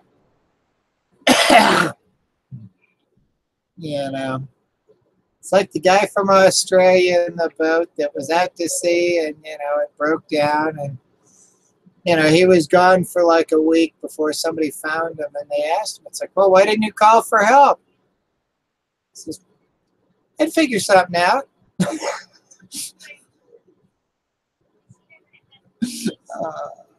You know, it's like, rather than call for help to get out of there, it's like, all right, he's out there for a week, and it's like, I'll figure some way out of this, you know. It's like the Australian attitude. You don't like it? Like I say, Sydney is pretty much what I'm really familiar with on Australia. I know there's a lot of other places, but I don't know that much about it.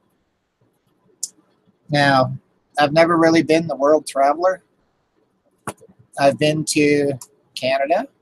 I've been to the Caribbean, the Bahamas, and that's pretty much it outside the country.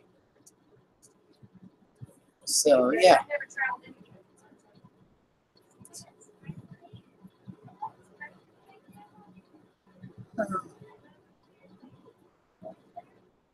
But, you know, when you go to the U.S. Virgin Islands, yeah, it's out of the country, but technically it's not out of the country because it's part of the U.S.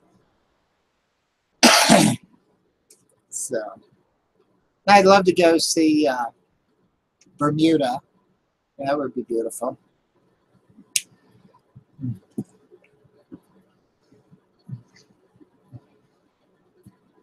And after being out in the Bahamas and all, we spent a month on our own boat back in '73, cruising the Bahamas. And it was 28-foot cabin cruiser with a fly bridge. And we spent a month out there and got to see a lot of the islands all the way out to Cape Eleuthera. And my God, it's beautiful. The thing is, though, is you'll see these humongous coral heads coming at you underwater. And you're thinking you're going to hit them with the boat. And when you get over them, they're in like 70 feet of water. The water is that clear. You can look over the side and see the sharks down there. But there's also a lot to like the Bermuda Triangle bit. Because where a lot of it comes from is piracy. You know, when we went, my mother had a gun on board. And, you know, when we got to the first island, she pulls it out, lays it on the table, and declares it. And they make notes of it. So it's like if they know you're armed, you're not going to have an issue. If you're not armed, you know, the pirates can do anything to you. But you'll also find that the water and the sky, there's times where it's very hard to tell where the horizon is because it's all the same color blue. It's all the same color blue, and it's very difficult to pick it out at times. Whereas in a boat, you know you're in the water. I can see in an airplane, if you're flying visual, it can be very difficult. Because when it's all the same color blue and you don't see a distinct line where the horizon is, then of course storms come up, spur of the moment. You know, one little change of a gust of wind or, you know, a little swirl in the warm water in the Gulf Stream and you've got a storm.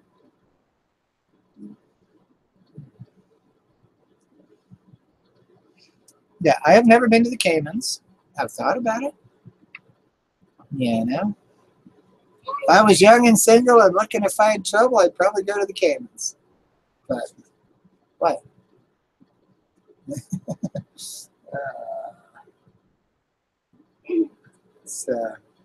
Yeah, I've been to Puerto Rico, Puerto Plata, St. Thomas, San Juan. Look, Mm-hmm. can I show them? You can show them if you want. My daughter wants to show you her rubber band chain. You can get around the doggy. Like this is right We here. got her double parked.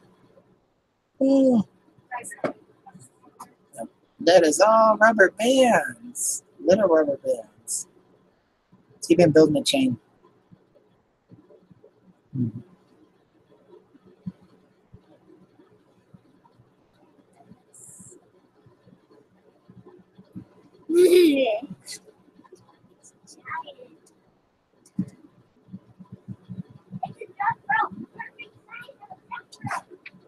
So what's wrong with the guys from England?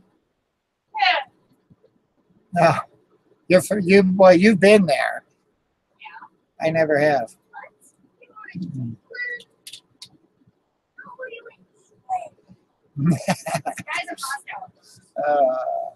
Yeah, Simple Joys, you probably have it about right.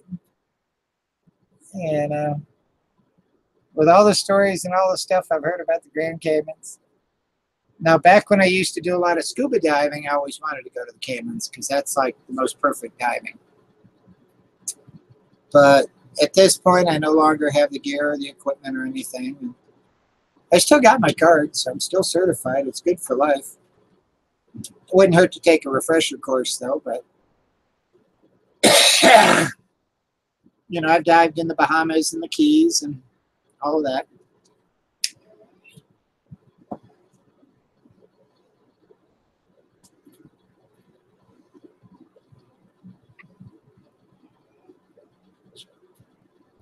Ah, that's a pretty good trip there, Papa. Now, we used to do these trips here where it's like, let me think here. 93. We came out of Naples, Florida, out here to Colorado, and went up through Estes Park and shot on up the Rocky Mountains and all the way up to Glacier and Waterton and up that way, and had a great time. And then from there we came down and shot over and saw Mount Rushmore and the Badlands and the Corn Palace, and shot all the way over into Boston. We stopped and did Watkins Glen in New York. Went to Boston, saw my mother there, and then we went down through Alabama to see, at that point, well, she's the ex-wife now, but to see her parents, and then clear back down to Naples. But in 3.5 weeks, we covered about 8,000 miles. And I figured about 7,500 over the 3 weeks, but no, it was over 8,000 by the time we got home. But the thing I was doing there, because it was wife and 2 kids, and it's like Naples to the Motel 6 in Denver was a straight through shot, 39 hours and 20 minutes. And then when we came out of Waterton Glacier up there in Canada, basically we drove a day, a night, and a day. We broke for 8 hours in Minnesota, and then we had another day and night. The next afternoon we were in Boston. But that was with stopping and sightseeing and 55 speed limits at that time. But, you know, I'd pull the day, the night, and the day because it shortened it for the kids. When the kids were asleep, every state I could cover was bonus time. When we came out of Boston, we went over and saw Niagara Falls. And I tell you what, that night, we come out of Niagara Falls at dark. We were down in Virginia on the Blue Ridge Parkway by daybreak. Now, going through the Poconos, the thickest fog you could ever want to see. Now, on the front of the truck, I had a pair of GE Beams 4313 50-watt aircraft landing lights. They will cut through that fog. The problem is, anybody coming toward you, you're going to totally blind them. So any sign of anybody coming toward you, you got to kill them quick. And we came through that fog in the Poconos at 60 miles an hour, 65 miles an hour. We were cruising that night. And early hours of the morning, just before daybreak, we're starting to see signs of life on the road. And we come down this hill and around this turn, there were like 3 cars ahead of us. First car in line, where the exit ramp is, he drove straight into the concrete embankment. The car flipped end over end and landed upside down out on the middle of the bridge. And the 2 cars between us stopped. And the guys get out and they're running over there. And it's like, all right, I'm not going to stop till I get by him. So I go by him. And the problem is, on the way by him, the whole side of the truck got sprayed with gas. So at that point, it's like, we're not stopping. We get on the CB, and we are calling for anybody we can find. And we've got a hold of a guy that was sitting in his kitchen having his morning coffee. And he was part of REACT. And so he called the authorities with the exit number and the whole bit for us. Well, when we got down the road a little further to the toll booth, you know, we pull up and we start to tell the gal about it. She's like, yeah, they've shut the road down now and they're redirecting all the traffic through town because of it. And all, so it's like, okay, we got him help, because that was before the days of cell phone. That was back in '93. So with that CB radio, we were able to get help. But the fact that I was high risk from no sleep and being up driving through that fog all night, and there were deer out the butt that night. And to watch that was quite the eye opener.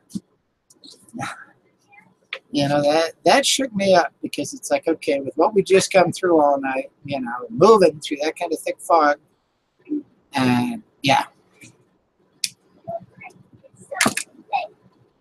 Of course, okay, I did have AC/DC Back in Black blaring away, and, you know, Quiet Riot. Yeah, I was pumped. I was awake.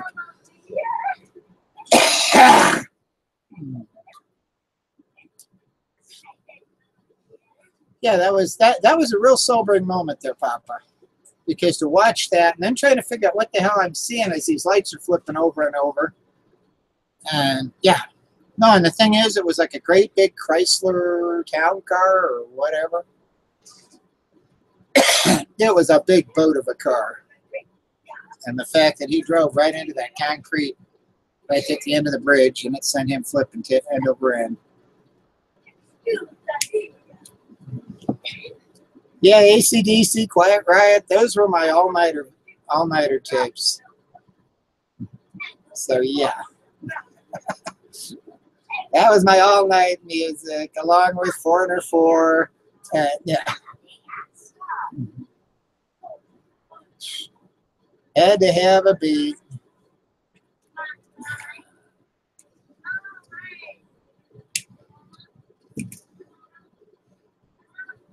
Are you going to start? Do you need to go out? You want to go out and go potty? Hang on, I think I got a doggy that wants to go out. I'll be right back.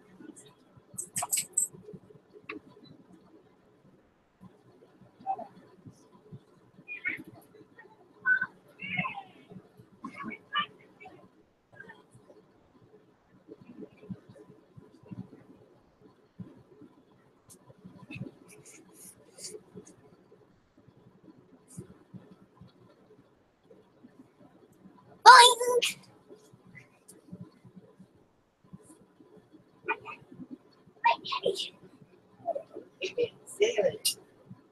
Want to close Mama's blind?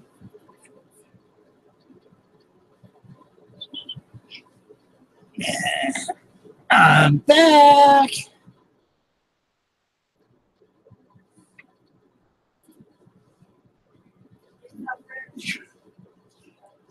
Okay, so you're a veteran, huh, Papa? Because I can't imagine anybody wanting to go over to Iraq and Somalia there for the fun of it.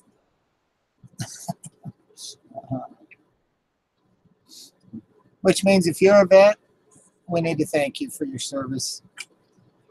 And that's what today is all about. 4th of July, our Independence Day. If it wasn't for you guys, we wouldn't have it.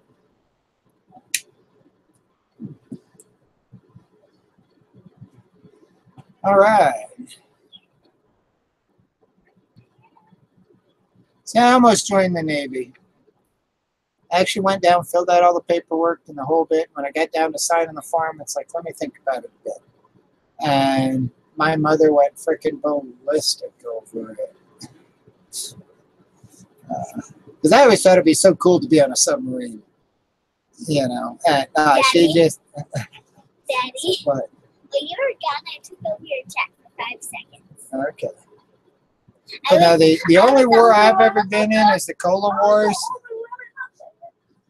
I started with Coke in December 3rd of '86. And at that time, we just came out with Classic Coke, the 1st of '87. And before that, it was all new Coke, Max Headroom. And it was pretty much all 16-ounce returnables. We only had 63 SKUs in the entire plant. And now we have like 800. So the system has changed and evolved a lot. Back then, you wrote up a load sheet, they loaded your truck, you went out, you stopped at the store, and you went in and saw how much you could sell. And then you ran out, pulled it off the truck, and brought it in. And nowadays, everything is fancy. Oh, you got beautiful hair. It looks good. I show them. Oh, you want to show them? Check out this beautiful long hair, guys. She's got it all brushed. But yeah, it's clear down to about halfway between her butt and the back of her knees. So yeah.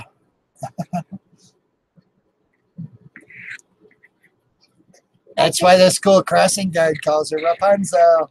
Yeah. And I just brushed my hair and it's all shiny. Yeah. Because it was at the perfect spot for drying. Yep. When I got out of the tub, so it's all nice and pretty. Yeah. Now, Simple Joyce, it really was kind of rough though back with it because we out and I got physical with each other. I mean, there were times I had the Pepsi guy by the shirt collar banging his head against the wall over something stupid where he tore down my sign or swiped my space or something. And, that's the way the game was played. You got physical with them. I mean, you're ready to kick their ass all over.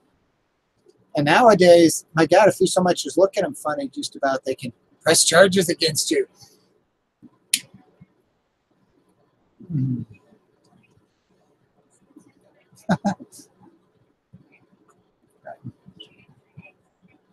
But, I've mellowed out a lot in my older age here. Yeah. No, back then, man, it was brutal. I mean, you put a Coke and a Pepsi guy together, 9 times out of 10, it was either going to turn out into quite the loud arguing act, or you're going to break out the fists.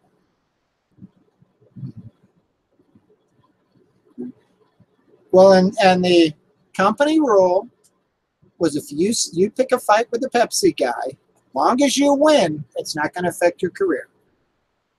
So you needed to make sure that if you were going to start a fight with them, that you were going to win that fight.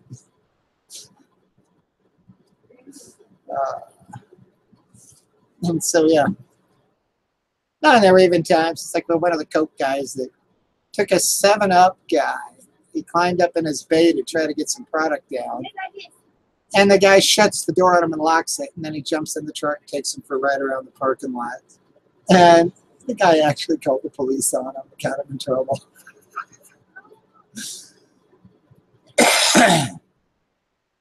But I'm sorry, down in Florida with all the rednecks, you beat somebody's ass, the last thing they're going to do is call and report it. Rednecks have too much pride on that. They're not going to admit that they got their ass beat, no matter what.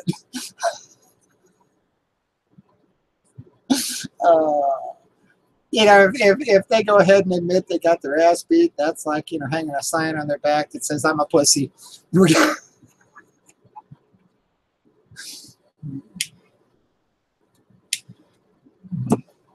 And, they never live it down.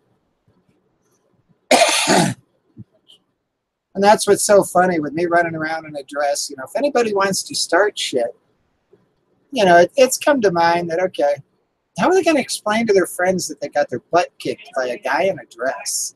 It's like that would be life's most embarrassing moments.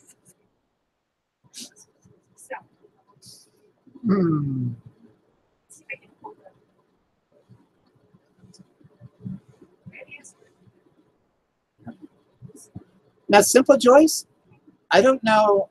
I'm part of Swire Coke.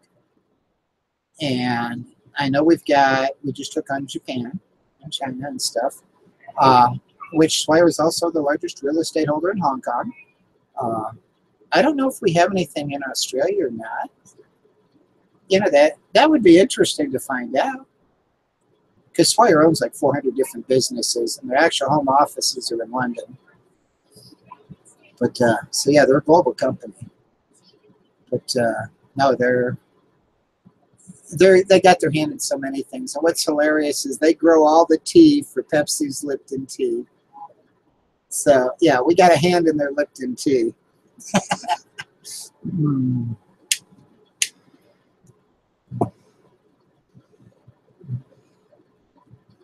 But Swire also owns a bunch of Pepsi bottling companies, a bunch of 7-Up bottling companies. Oh, God, they you name it, they're into it. And on the handheld, if you pull up the unauthorized and suppressed listings, I mean, there's article codes in there even for paper towels, charcoal, mustard, ketchup, you know, you name it, anything that might have to go into a convenience store, Little Debbie snacks. Uh, so Swire obviously owns somewhere some of these franchises. So yeah.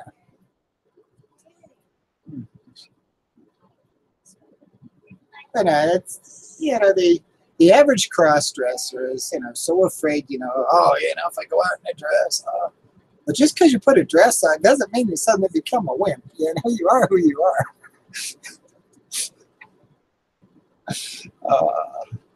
And yeah, I'm a strong type A personality. I can handle myself. And I'm a very confident person, and I just have fun with the dress. And the thing is nobody gives me crap. It's like today at Golden Corral, I got a compliment from a gal on my shoes. I got a compliment from a guy on the dress, which kind of surprised me. But hey, you know, you never know. He might be a closet cross-dresser himself. And I've gotten to meet so many interesting people.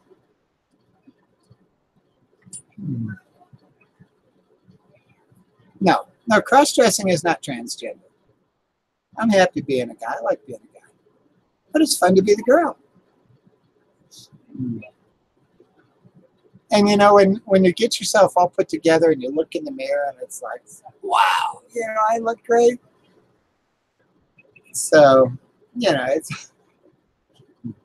And I love the women's clothes because, you know, it's like a dress. Okay, so you got a strap on the shoulder.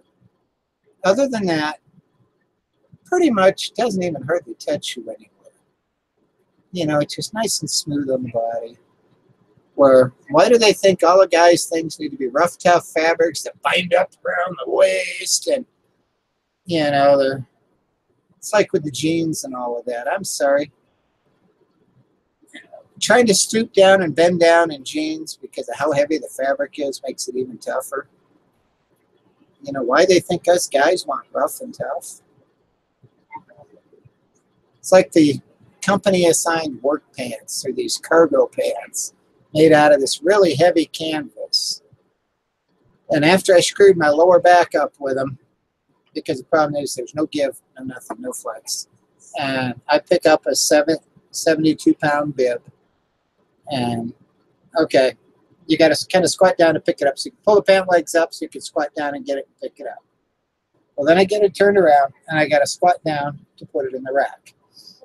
Well, when I squatted down, it stuck on the knees, and that waistband pulled 2 vertebrae out of place in my lower back. Damn near threw me on my face.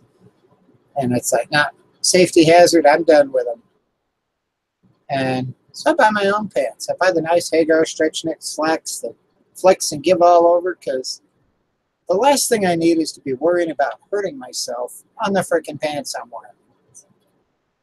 And the Hagar slacks, you got the elastic waistband, the material stretchy to begin with, and they look nice, and I'm sorry, you can move. I can move, I can get the job done, I can be very fast and efficient about it, and I can be safe. So,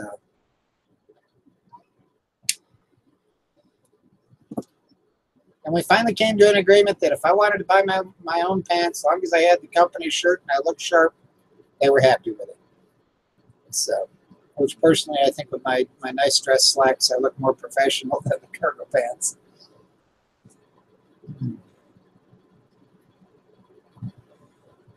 Yeah. You know, Papa, you know, where I got into the cross-dressing. Okay, I was married to a gal for 18 years. I wore a slip to death. And when she went out the door, you know, I bought a slip. I found comfort in it. You know, I was used to growing up next to it. I slept with it like a teddy bear. And then it got to the point of actually trying it on, and I found I liked it. Well, then going from a half slip, I wound up going to a full slip, and you know, it was so funny because when I met my wife, the first time she walked in the bedroom, you know, I had no idea I was going to bring her home. You know, it would wind up here. But we came over here to the house, and at that time I had a pool table. Daddy. And what? You've been on here for 2 hours. I know.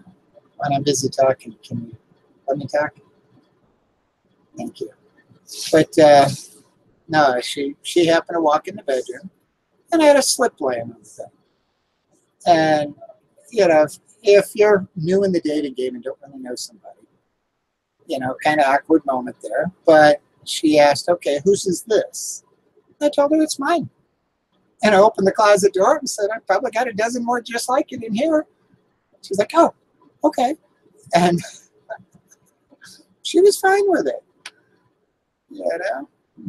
And it's like when I bought my first dress, I ordered it from Sears, and it was late one night. And you know, I saw it, I liked it, I still have it. But it's a maxi dress. And I ordered it, and then I'm thinking, okay, how am I going to explain it when it gets here? You know, and okay, when am I going to be able to wear it, you know? And so I decided, all right, when I went in to crawl in bed, woke the wife up, and I told her, it's like, I bought me a dress. It's like, okay. And I went, huh, what? I mean, the woman is great. She is solid gold. You know? All right, bye-bye, Simple Joys. You take care. You know, that's all on the road to where I'm at today. And then it was like, in the beginning when I started playing with wigs, you know, it's like I got a red one somewhere that she didn't like the red. So it's like, fine. Where nowadays, I can wear any color, she doesn't care. But it was just the adjustment. With the bangs, I still don't like it. Brown one with the bangs. Okay, you have to point it out whenever I put it on. You don't. Oh, I don't put it on much? You wore it slim fit already. Oh, okay. Oh, you mean the one that got to the point it looked like a rat tail? Yeah, that one. Oh. The bangs just made No. Well, I liked it because it stayed in place. Yeah, well, if you buy one, it's $7. It was one of those that didn't move.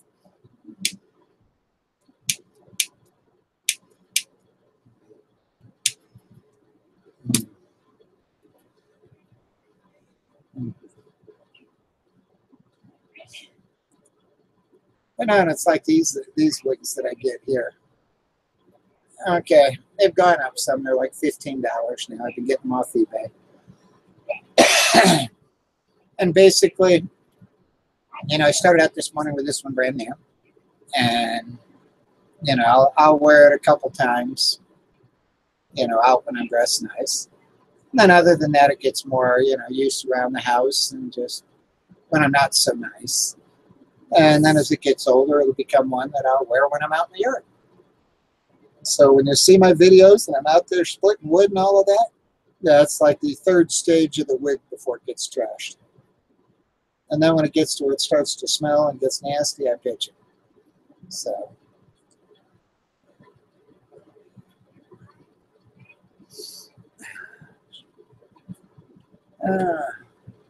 Papa Linus is saying, is that you, Kim, on the phone?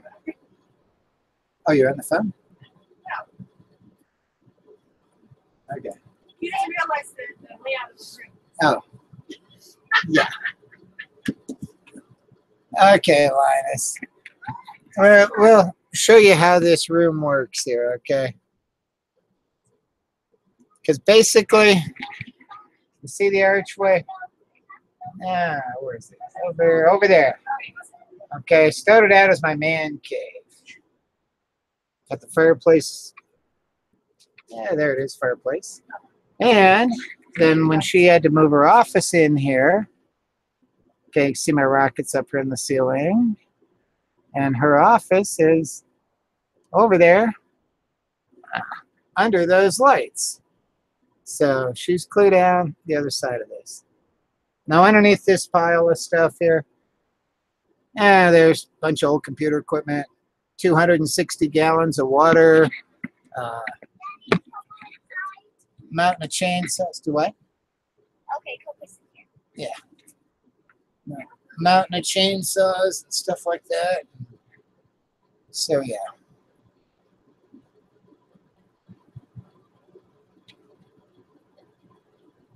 Yep.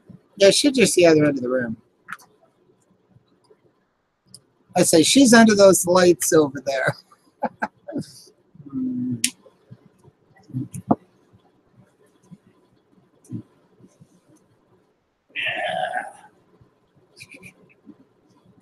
Which, if we go this way, okay, you can see her cabinet, her other cabinet, her window over there. So, yeah, she's down over there somewhere. Oh. Now, it was funny when she first brought her office in here. It's like, all right, is that going to screw up the chi in my man cave?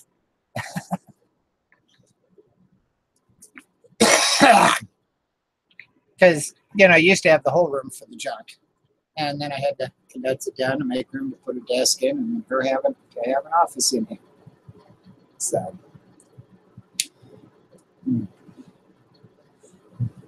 Then if you're wondering on the rockets, there's the, let me see, that's actually the upper stage to my big guy.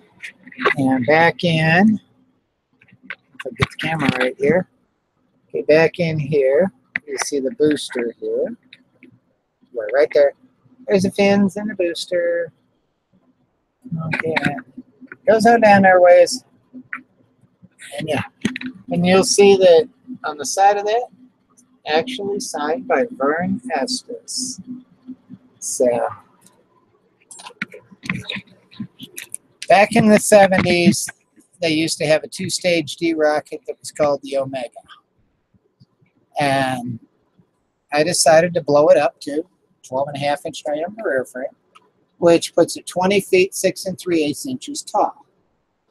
Now, what you've got there is the booster is three full M's and 2 full K's, and the upper stage is a full N. So it puts you clear up into the P category. You got a pad weight right at 300 pounds. And basically, you'll pull about 56,000 feet in about 18 seconds. So, yeah. Now it's $2,400 a pop, or back 15 years ago, it was $2,400 a pop just for the rocket motors. I haven't priced them since then. When I went to my divorce, I didn't have money to go fly. Up to that point, whenever I bonused big, I flew big. I bonus small, I flew small. So my bonus checks are my burn money. So, you know, if I'd hit 2,500 or $3,000 on a bonus, hey, I could fly big.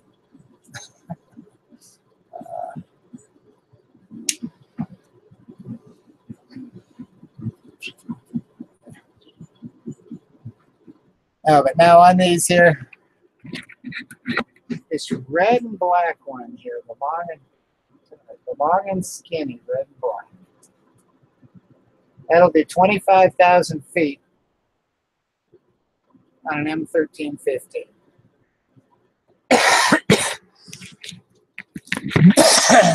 And the way that was built, because you had an optimal weight you had to hit to get the maximum altitude.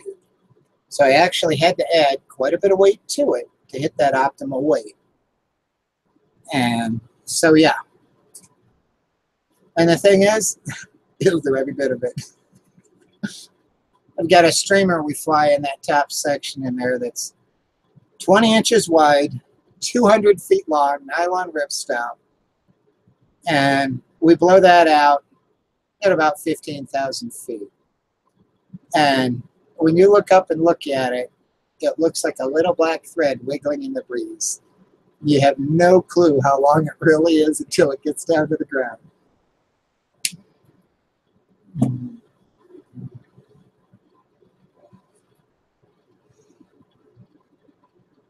Yeah, I did the little ones. God, I had like every rocket Estes ever put out when I was a kid, plus all kinds of them. I built my own. Yeah, Linus, you've got to get your center of gravity and your center of pressure right. And when you do the calculations, it's like the difference between a baseball and a wiffle ball. You know, that baseball is going to go farther than that wiffle ball. So there's all kinds of software programs you can run it through and profile it out and decide, all right, this is what I want to do. And the whole trick to it, though, if you want to fly big and you want to have it successful, the trick is you attach the fins to the motor tube. Okay, take your motor tube, glue your fins on them, slot them, stainless steel band clamps through them, tighten them down, huge fillets on it, the whole 9 yards. Whatever you can do. Now, it's like on the Maxie here, the big guy. The fins on there are actually dog-legged and everything where all the rings lock into it. So even if you shatter all the epoxy on it going through the sound barrier, it's all going to stay structurally together. Because once you get all that together and you put a ring and a collar on the bottom of it, then you pull the whole rocket tube over it, slit it so it fits over the fins, glue it back together underneath the fins with a clamp, sand it down, and nobody has a clue other than it looks like they're glued on the body. But as long as you've got them attached to the motor, even if you blow the whole rocket apart, it's still going straight. You're not going to have an out-of-control rocket. You're not going to wind up burning somebody up or hurting somebody or setting a field on fire. It's still going to be stable. You know, it may have a couple whips when it blows apart, but we did one for the Air Force Academy cadets years ago, where there was a design.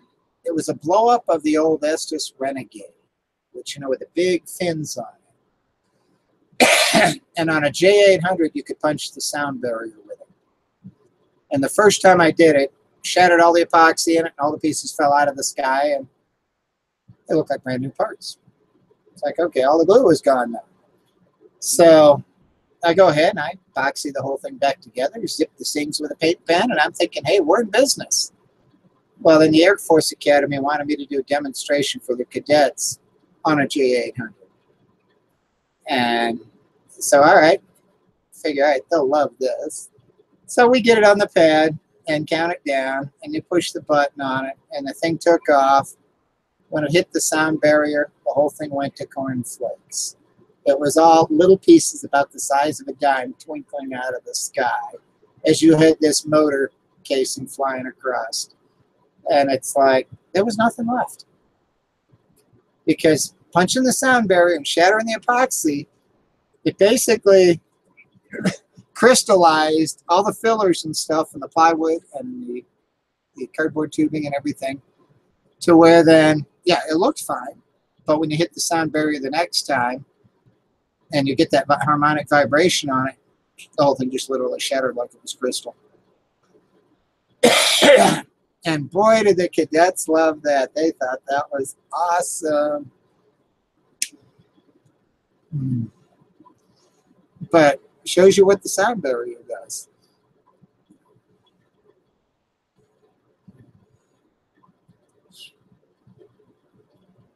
God, one of them I used to fly a lot.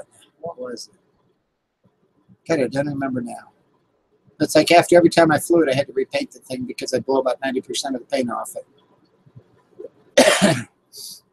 And that would do, it was like Mach 1.56 or something. And yeah, the speed of Krylon is good to about Mach 1.2. And at that point, you lose the paint. So, had a lot of fun with it. Now, before I went to the Great Big Omega, I did one that was a 2-stage G, called the Omega G, because in a lot of these fields, you're only allowed up to 3.3 pounds at a total impulse of 2 Gs. So, how do you get the most altitude out of 2 Gs? Stack them up. And so I came up with this Omega G, which the booster was quite the work of art because it had all the electronics in it, had the parachute in it, and everything else. And what I started doing was flying a recorder on it. Just because, I wanted to hear what it sounded like from on board. And I got to dig that tape out at some point. I really should dig it out and see if I can digitize it. But on one particular flight, because I had a hell of a time getting the recorder to hold together, it was a little dictaphone. And, I'd knock the batteries out of it, and knock the tape out of it, and it was enough to even shut the switch off on it because of G-forces. And so what I came up with was a bracket that really secured it, and I covered the entire thing in tape, except for the microphone to make sure that nothing could move. It was all duct tape wrapped. And put it in there, and we launched it. Well, on that particular one, it was late on staging, and it actually started to cock over before it staged. And I'm thinking, okay, standing on the ground looking at it, you would think that, it was like 5, 6, 7, 8 seconds late. Real time, when you listen to the audio, it was only a split second. Only a split second, but when you're under the adrenaline rush and everything else, so when you're under the adrenaline rush and you see something, you do quit. It's a snow cone. Okay. But yeah, and you witness something, there's quite the variance on time. Which, like I say, that's what I learned out of it. But the sound of it, okay, it kind of sounded like it was in a beer can with the sound of the engine burning and the staging. And it's amazing how sharp the engine cuts off and the next one starts. And then when it goes to the coast, the airflow over it with a dead silent sounds like a police siren in New York City. You get the and yeah, it was really interesting. I've got it in the code over there. I ought to dig it out and figure out how to get it digitized. But yeah, to actually hear it live from on board after standing there watching it, you realize, okay, reality on the ground looking at it is not actual reality.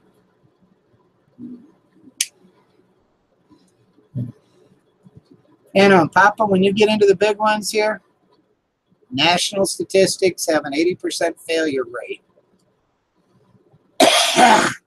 So you got a lot of money involved, and 4 out of 5 on that pad are not coming back in one piece. Okay.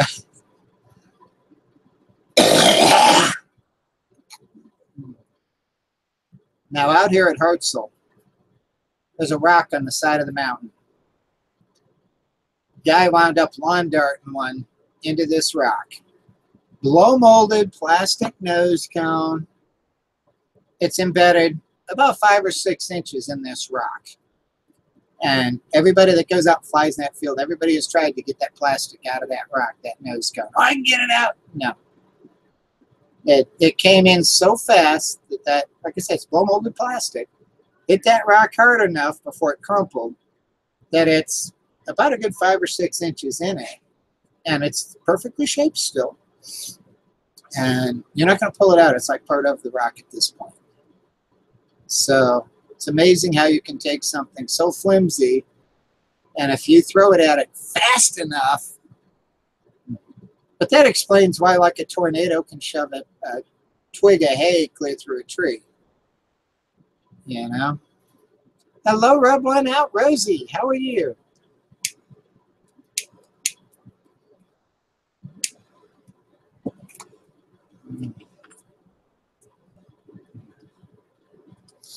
And I need to work on getting in bed. I am past my bedtime, people.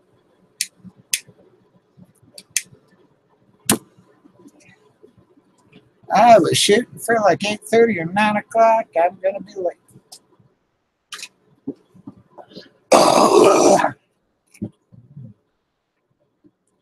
Would you quit licking me?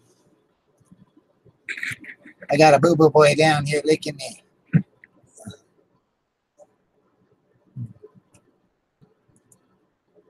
Yeah, my boo-boo boy.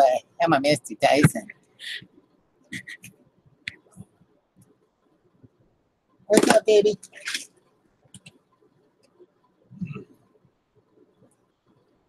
Time to get the old pills going.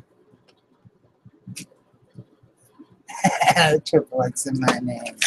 Ah.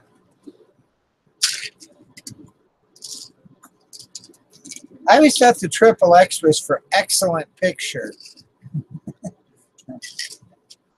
Or extra, extra excellent picture. Hmm.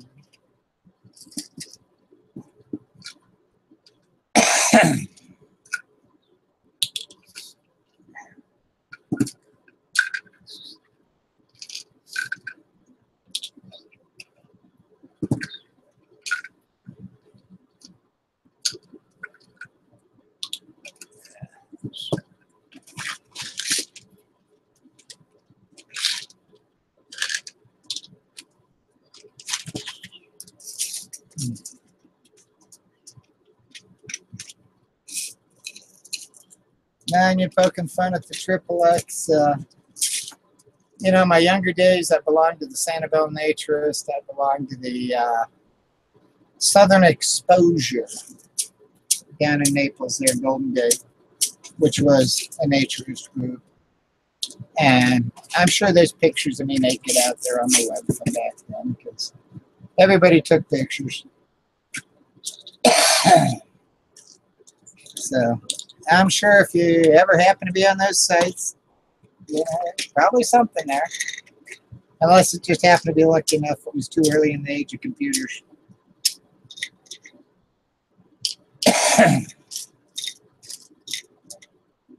But hell, it seems like every picture anybody ever took is going to wind up out there on the internet. Whether it be your cat, your dog, your girlfriend. I don't know.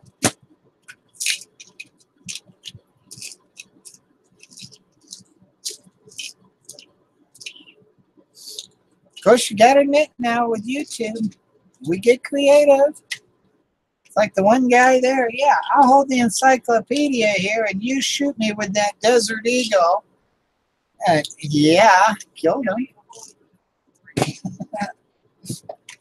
So not all YouTube videos are worth it.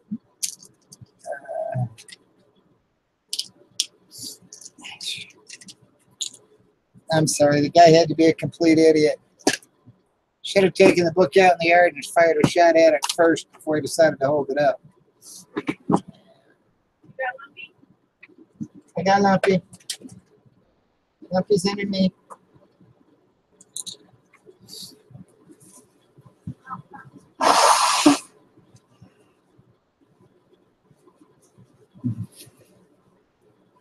Oh, that would be cool, Papa Linus. That would be cool. Yeah, because I know here it's like when they launch the F-18s off the runway here at the airport.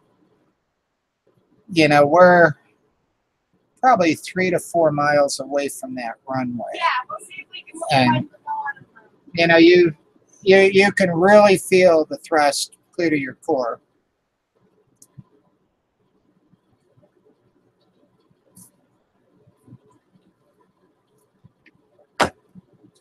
Yeah, the other day when I was at the plant, we had one of those great big C-5As taken off.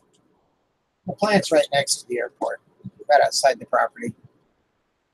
And man, when they hit the engines on that, it's like the entire area just rattled like crazy. And man, it went on and on and on and on. And finally the thing got off the runway and into the air. But it's like, holy crap, what are they hauling in that? Because that puppy had to be freaking heavy. But the real deep thunder just... They launch an awful lot of stuff in and out of here at Peterson. So it's hard to say what they had on there.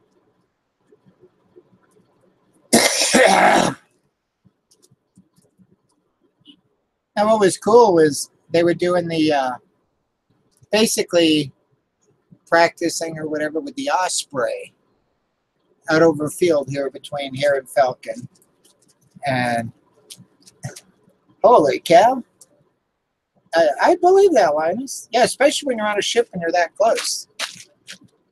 You know, because it's right near you. And there's no place on the ship you can get away from it.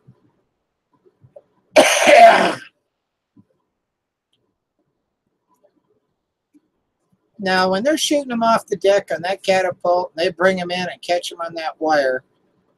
Do you feel anything when you're on that ship when all that's going on deck? Because those planes are heavy.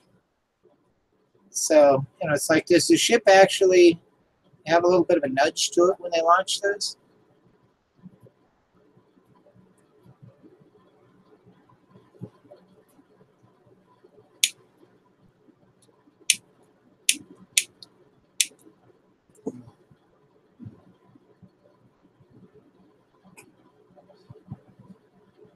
Wow.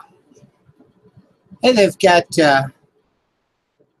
one guy out there. He's got a lot of videos here on YouTube, but he's basically he runs a big rig. It's like a Freightliner. And the guy can, they've had him up against Corvettes and everything else, and he can win with this truck. But it is just so overkill on horsepower. And good, what is it called? Kuna, something like that they call the truck. But no, you can just about put anything against him, he'll beat it. And even in these where they've had them loaded to the max, but you know, 2 trailers behind them overloaded and everything else. I mean, man, does he got the torque.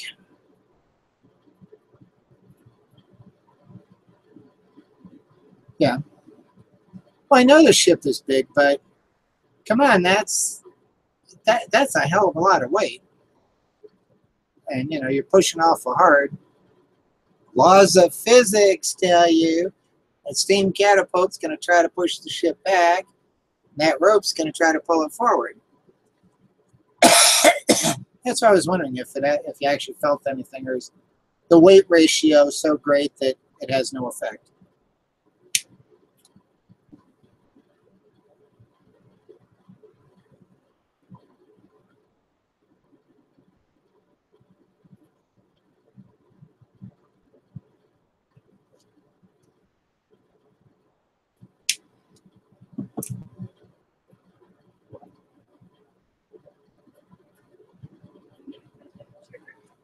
You're okay, baby girl.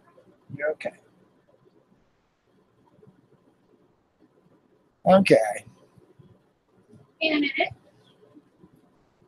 Yeah, because, you know, I know it from the theory end of it. I've never actually been on one. And like I say, I know those F-18s, they're basically like dead weight.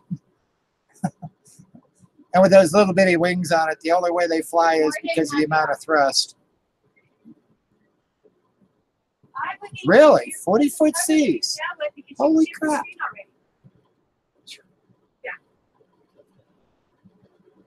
My God, that thing, that would be interesting to see. Now when you're done, it goes in its pocket.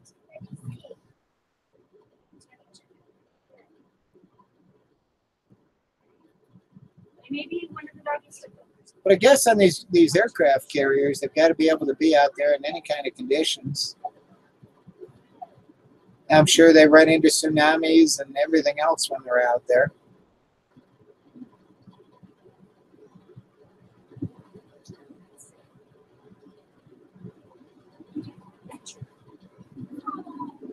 And, you know, the North Atlantic is known for really bad weather. Really. That's impressive, Papa. That is impressive. So they've got to have stabilizers and everything on there. Either that or just the fact it's so flippin' big.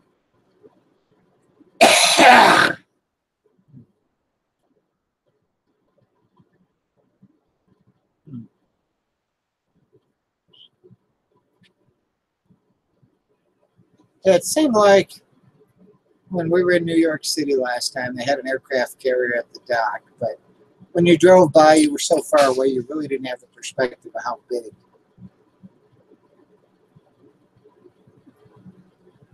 Really, Bahrain. That'll be done.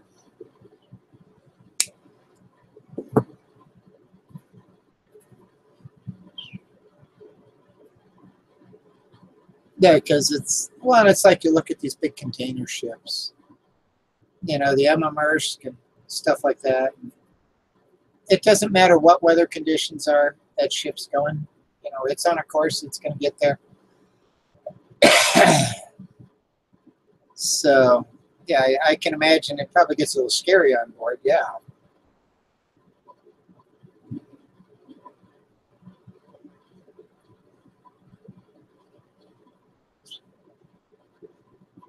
You know, it's like we lost that one cargo ship that hit that hurricane.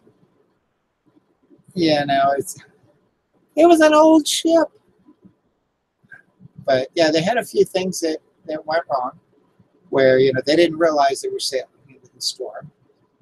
But the fact that, yeah, the storm's there and they're going anyways. But I can see with military ships, weather can't be an issue. It can't be an issue. They've got to be there, no matter how bad it is.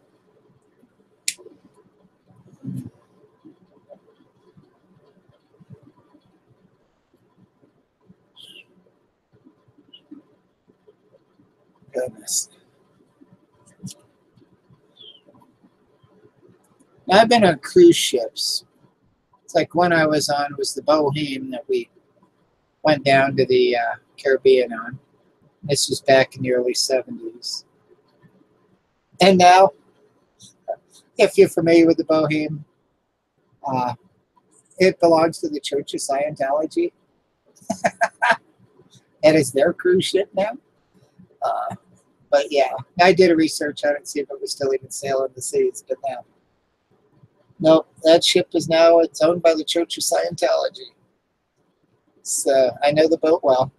But we got into a nasty storm down in the Caribbean. And okay, they got these stabilizers basically go out the side that have these little whirly weights to try to help stabilize it. And the problem is it caused the ship to skate on it.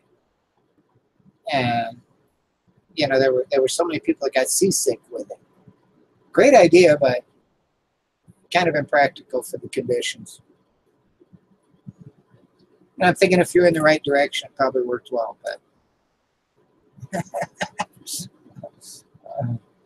the Church of Scientology, we won't even go into that.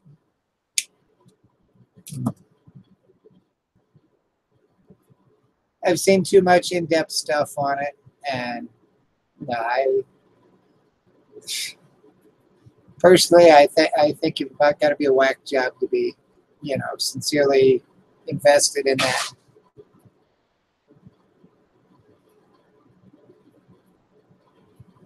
And it's like, look at Tom Hanks, man. His whole career went down the tubes after he got so into it. Or was it? I think it was Tom Hanks, or was it? You know, Tom Hanks.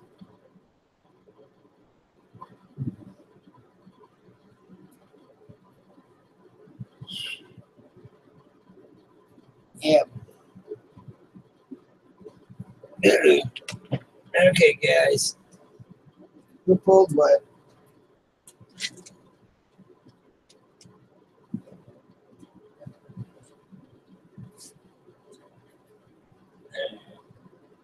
Guys, pull.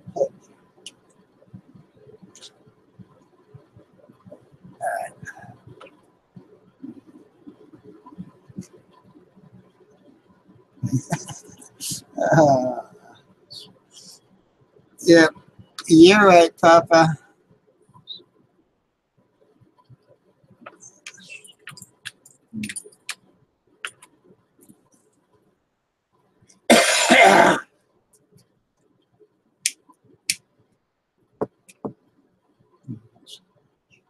I said I was raised a Lutheran. Then I became a Baptist. Then I became a Christian, and you know, we've had these sisters over here from the Mormon Church again and again and again. Been quite a ways into the book there and all. Now, many years ago, I had like 3 hours of drive time in my day, and the car they had me in had a cassette deck, so I bought the Bible on cassette, and I like 24 cassettes there, and I'd take like 3 of them with me every day because that's about what I had time to listen to. And after going through the whole thing, I wound up listening to it again. I think I went through it like 3 times because every time you got more out of it, it made more sense. Now, that was the King James Bible. You know, so I got a pretty good understanding of it and what's in it and what they're trying to say. Now, I'm not one that's going to tell you any church is the right church. Okay? In my eyes, most churches are money-making businesses.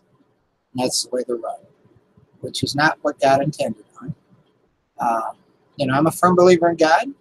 I don't necessarily think our churches nowadays are the place you'll find them.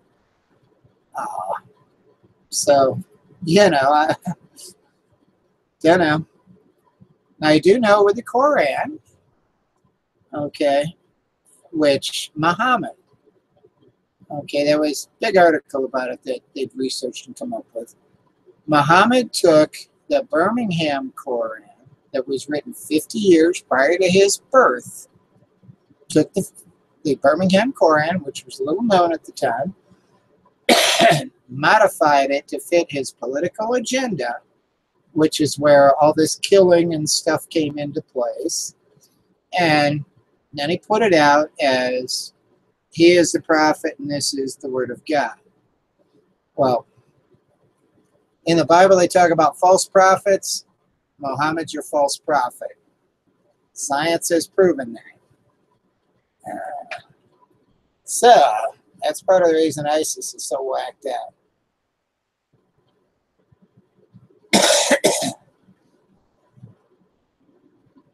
But yeah, I've got the whole article saved there.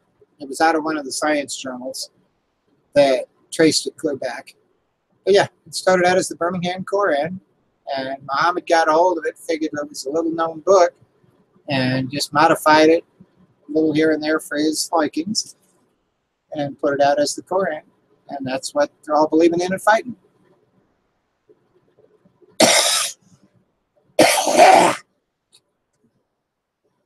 No, Islam is all based on the word of Muhammad. It's not based on the word of God. So, Muhammad was a fraud.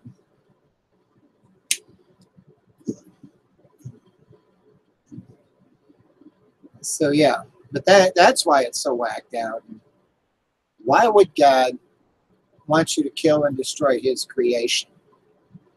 Okay, that's not going to happen.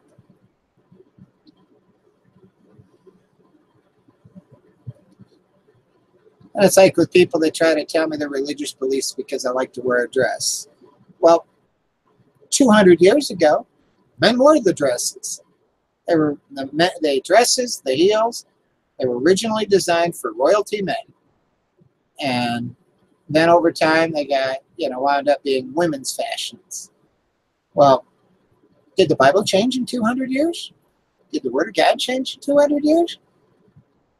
I haven't seen my Bible change. It still reads the same today as it did, many years ago.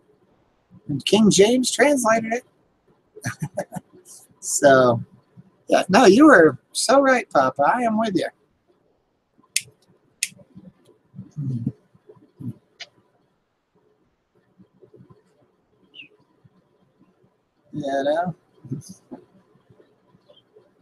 And then you get people that try to throw in, the internet and porn and all of this.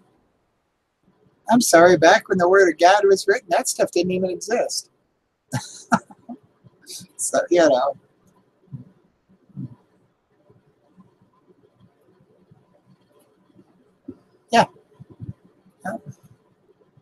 The whole thing. And it's like people that question, it's like, you wear a dress? It's like, well, would you rather I ran around with my pants hanging off my ass and a hoodie? At that point, they're like, no, I'd rather have you in the dress. Okay, thank you. Hmm.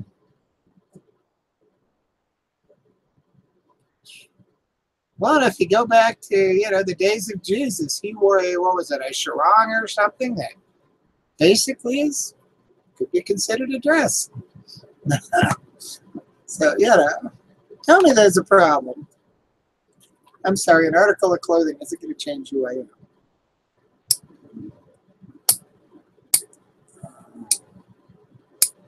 All right, guys, I have to get off of here and go get in bed. I might actually step outside and see a few fireworks here before I hit the bed. I was supposed to be in bed about 8:30 or 9 o'clock. Bingo. Thank you, Papa. Yeah. Well, where the whole pants off the ass came from, that came from the prisons. Because if you were the newbie in there, the bitch, you always got the clothes that were too big and you had to hold the pants up because they were always falling off your ass. And you became the prison bitch. And you were the one they all fucked up the ass. And so, okay, that's where it all came from. Basically, they're advertising that they're the prison bitch who want to be fucked up the ass. That's the origins of it. I don't get it. Why would you want to be out in public and be proud of that? And I know I had one guy in a subway. Oh, God, clear back in the early 90s. And the guy was holding onto his pants to keep from falling down. And when he ordered a sub and he went to pay for it, he let go of his pants and they fell to his ankles. And I made the comment about, it's such a shame you can't afford pants that actually fit right. And the guy was so embarrassed he took the sub and left.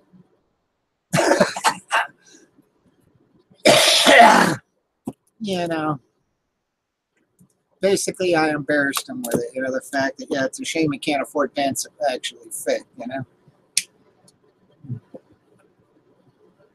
Yep. But that's where the whole gangbanger bit came from. Why these people take so much pride in being a gangbanger, where's it going to get you in life? I grew up on a farm. Okay, you worked hard on a farm. We raised black Angus cattle and grew palm trees. And you know what? You learn what work really is on a farm. And no, I'm not afraid to work. So I made 30 years with Coke. So I do free firewood for people that need it. Yep. Yep, exactly.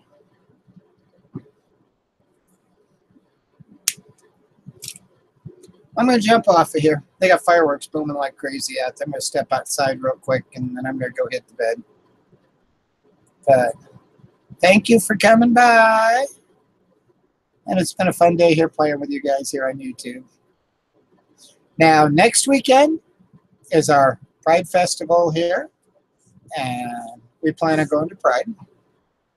And or Sunday, I'd like to do some live streaming from Pride. I think that would be fun.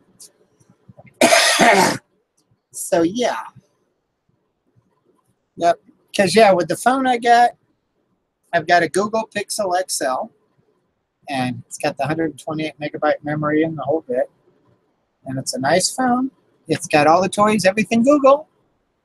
And it's got the unlimited data package on it.